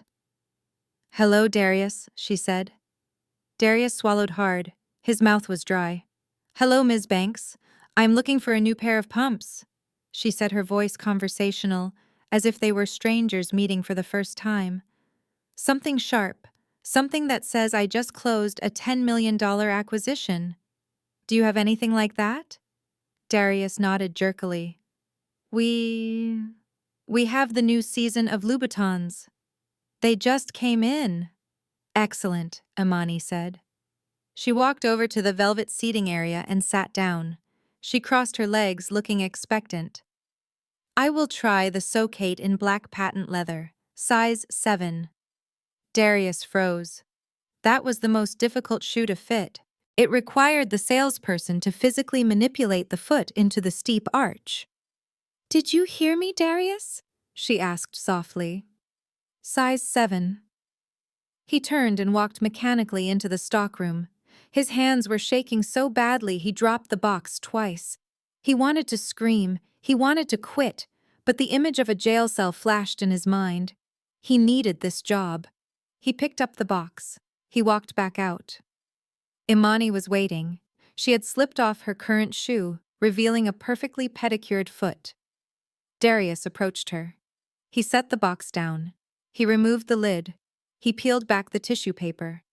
Then he did the only thing he could do. He knelt. He lowered himself onto one knee in front of his ex-fiancée, the woman he had told to iron his shirts, the woman he had called baggage. Now he was on the floor and she was looking down at him. He lifted the shoe. He reached for her foot. His hand brushed her skin. He flinched. Her skin was warm, soft. His hands were rough, dry from handling cardboard boxes all day. He guided her foot into the shoe. He had to use his thumb to help slide her heel in. He was sweating. He could feel the eyes of his co-workers on him. He could feel the eyes of the security guards. Imani looked down at him. She watched him struggle to serve her. "How does it feel?" Darius whispered, not daring to look up at her face. Imani wiggled her toes slightly. She frowned. "It is tight," she said. She leaned forward, her face inches from the top of his head. "It feels very constricted, Darius. It pinches. A bit like your ego used to." Darius squeezed his eyes shut. The humiliation was physical. It burned in his chest. Maybe you need a bigger size," he stammered. "Yes," she agreed, leaning back. "I think I have outgrown small things. Get me the size 8. And Darius," he looked up. "Make it quick. I have a lunch reservation at the Hay Adams. I hear the rooftop view is spectacular this time of year." He scrambled up, ran to the back, and retrieved the larger size. He knelt again. He fitted the second shoe. "Perfect," she said, standing up and admiring the shoe in the mirror. "I will take them." She handed a black credit card to him. The Sovereign Group corporate card. He took it with 2 hands, walked to the register, and processed the transaction. He packaged the shoes. He handed the bag to her. "Thank you for shopping with us." He recited the mandatory closing script, tasting like ash in his mouth. Imani took the bag. She looked at him one last time. She saw the cheap shirt. She saw the fear in his eyes. She saw the ankle monitor bulging under his pant leg. "You provided excellent service today, Darius," she said. "You really seem to have found your calling." She reached into her purse. She pulled out a $1 bill. It was crisp and new. She tucked it into the front pocket of his polyester shirt. "Buy yourself something nice," she said. She turned and walked away, the click of her new heels echoing through the store. Darius stood there clutching the counter, the dollar bill burning a hole in his pocket. He watched her exit the store, the automatic doors parting for her like the Red Sea. He was left standing in the fluorescent light, surrounded by shoes he could never afford, serving a world he could no longer touch. He looked at the dollar. It wasn't a tip. It was a valuation.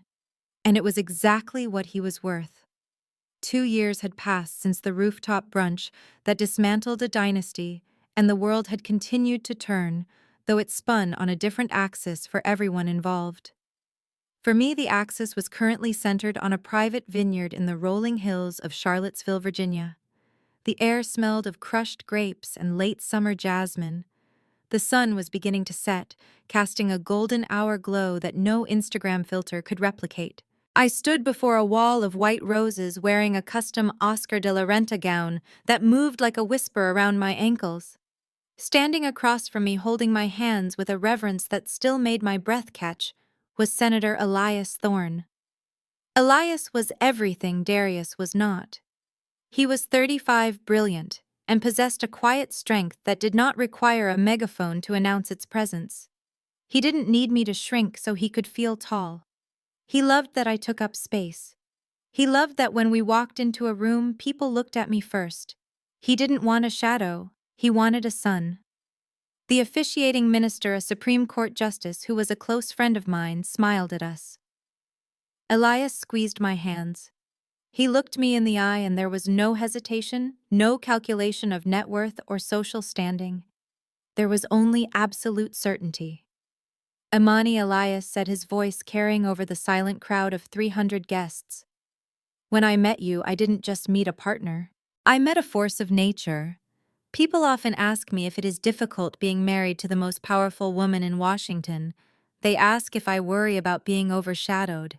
He paused, looking out at the guests, then back at me. And I tell them, how could I ever worry about the shadow when I'm standing next to the light? You are not just my wife. You are my compass. You are the architect of this life we are building. I promise to never ask you to dim your light. I promise to always be the man who holds the ladder while you climb, not the man trying to saw off the rungs. I felt a tear slip down my cheek. It wasn't a tear of relief like the ones I used to cry when Darius didn't yell at me. It was a tear of pure, overwhelming gratitude. I had waited so long to be seen not as an asset, not as a stepping stone, but as a human being. I do, I whispered. The crowd erupted. It wasn't polite applause, it was a roar of celebration. As Elias kissed me, I closed my eyes and felt the final tether to my past snap. I was free, I was loved, and I was exactly where I was supposed to be. The next morning, the world woke up to the image of our joy. The September issue of Vogue hit the newsstands with a cover that would become iconic. It featured a black and white photograph of Elias and me walking out of the vineyard hand in hand, laughing. The headline was simple, bold, and unapologetic. The New American Dynasty, Imani Banks, and the Future of Power. But 300 miles away, back in the gray concrete reality of Washington, D.C., that magazine cover landed in a very different setting. It was raining in the Navy Yard district, a cold, miserable drizzle that turned the city dust into sludge. At a bus stop near a discount grocery store, a metal trash can overflowed with the refuse of the morning commute. Coffee cups, sandwich wrappers, and discarded newspapers spilled onto the wet pavement. Rowena Sterling sat on the metal bench huddled inside a coat she had bought from a thrift store. It was 2 sizes too big and smelled of mothballs. Her hair, once her crowning glory, was pulled back in a severe gray bun.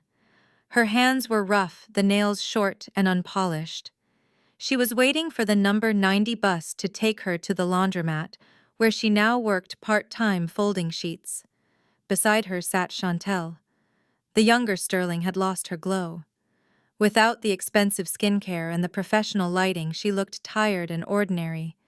She was scrolling through a cracked phone looking for discount codes for frozen dinners. "Look," Chantel said, her voice dull and lifeless. "Someone threw away a perfectly good magazine." She pointed to the top of the trash can. A glossy magazine sat perched on a pile of wet napkins. It was pristine, likely discarded by a commuter who had finished reading it on the train. Rowena sighed. "Leave it, Chantel. It is probably garbage." But Chantel reached out. She was starved for glamour, starved for a glimpse of the life they used to have. She picked up the heavy magazine. She wiped a smudge of coffee from the cover. Then she froze. Her breath hitched in her throat, a sound like a dying engine. "What is it?" Rowena asked, not looking up. Chantel didn't answer. She couldn't. She just held the magazine out, her hands trembling. Rowena turned her head. She adjusted her reading glasses, the cheap plastic ones she bought at the pharmacy. Her eyes focused on the image. She saw the woman in the white dress. She saw the radiant smile. She saw the diamonds that were real, the happiness that was earned, and the power that was undeniable. "It is her," Rowena whispered. She reached out and touched the face on the cover. She touched the name printed in bold letters. Imani Banks. "She looks like a queen," Chantel said softly, a terrible envy mixing with awe in her voice. "Look at the headline, Mom. The New American Dynasty." Rowena read the words. She read the article teaser in the corner. How a former food blogger built a billion-dollar empire and found true love. Rowena felt a physical pain in her chest, a sharp, twisting knife of regret. She remembered the tea party. She remembered calling Imani dirty. She remembered telling her she wasn't good enough for the Sterling bloodline. "We had her," Rowena whispered, tears filling her eyes. "She was right there. She was sitting at our table. She wanted to be part of our family. She tried to help us." She looked at the bus stop, at the dirty street, at her own ruined hands. "We could have been on that cover," Rowena said, her voice breaking. "If we had just been kind, if we had just seen her, we could have been standing next to her." Chantel dropped the magazine back into the trash. It landed face up, Imani's smile beaming up at them from the garbage. "It is too late, Mom," Chantel said, pulling her thin jacket tighter around herself. "The bus is coming." The bus screeched to a halt, splashing a wave of dirty water onto the sidewalk. Rowena stood up slowly, her joints aching in the damp air. She looked back at the trash can one last time. She looked at the life she had thrown away, because she was too blind to recognize gold when it was handed to her. As the bus pulled away, carrying the Sterling women to their minimum wage lives, the magazine remained in the bin, a shining beacon of victory amidst the waste. I sat on the terrace of our honeymoon suite in Lake Como, a week later, looking out at the water. Elias was inside ordering breakfast. I thought about Darius. I thought about his mother. I thought about the people who had tried to make me feel small. I didn't hate them anymore. Hate takes energy, and I had better things to do with my energy. I had an empire to run. I had a husband to love. I had a life to build. But there is a lesson here, one that I hope echoes through the halls of every home where someone is being overlooked. Never underestimate the person standing behind you. You might think they are in your shadow, but they are actually watching your back. You might think they are weak because they are quiet, but silence is often the sound of someone plotting their ascent. The woman you treat like a servant today might be the CEO who buys your company tomorrow. The partner you call baggage might be the only thing keeping you afloat. So be careful who you step on while you are trying to climb, because the person holding the ladder has the power to steady you or the power to shake you off. I chose to shake them off. And as I watched the sun rise over the Italian Alps, painting the sky in shades of violet and gold, I knew I had made the right choice. I didn't just survive the Sterlings, I transcended them. Elias walked out onto the balcony, holding 2 cups of espresso. He kissed my forehead. "What are you thinking about Mrs. Thorne?" he asked. I smiled, taking the cup. "I was just thinking that I finally introduced myself correctly," I said. He laughed. "And how is that?" I looked at the camera, breaking the fourth wall for the final time. "I am Imani Banks." And I didn't settle. I soared. If you enjoyed this story of justice and reclaiming your power, make sure to hit that like button and subscribe. And remember, know your worth and then add tax. See you in the next video. This story serves as a powerful reminder that true worth is never defined by appearances or material labels. The Sterling family's downfall illustrates that arrogance is built on a fragile foundation, while genuine power often prefers to whisper rather than scream. They mistook Imani's humility for weakness, failing to realize that the person holding the ladder controls the climb. Ultimately, the most expensive mistake one can make is prioritizing status over character. Real success isn't about the image you project to the world, but the substance you carry when the cameras are off. If you believe that silence is the loudest form of revenge, hit that like button and subscribe for more stories of justice served cold.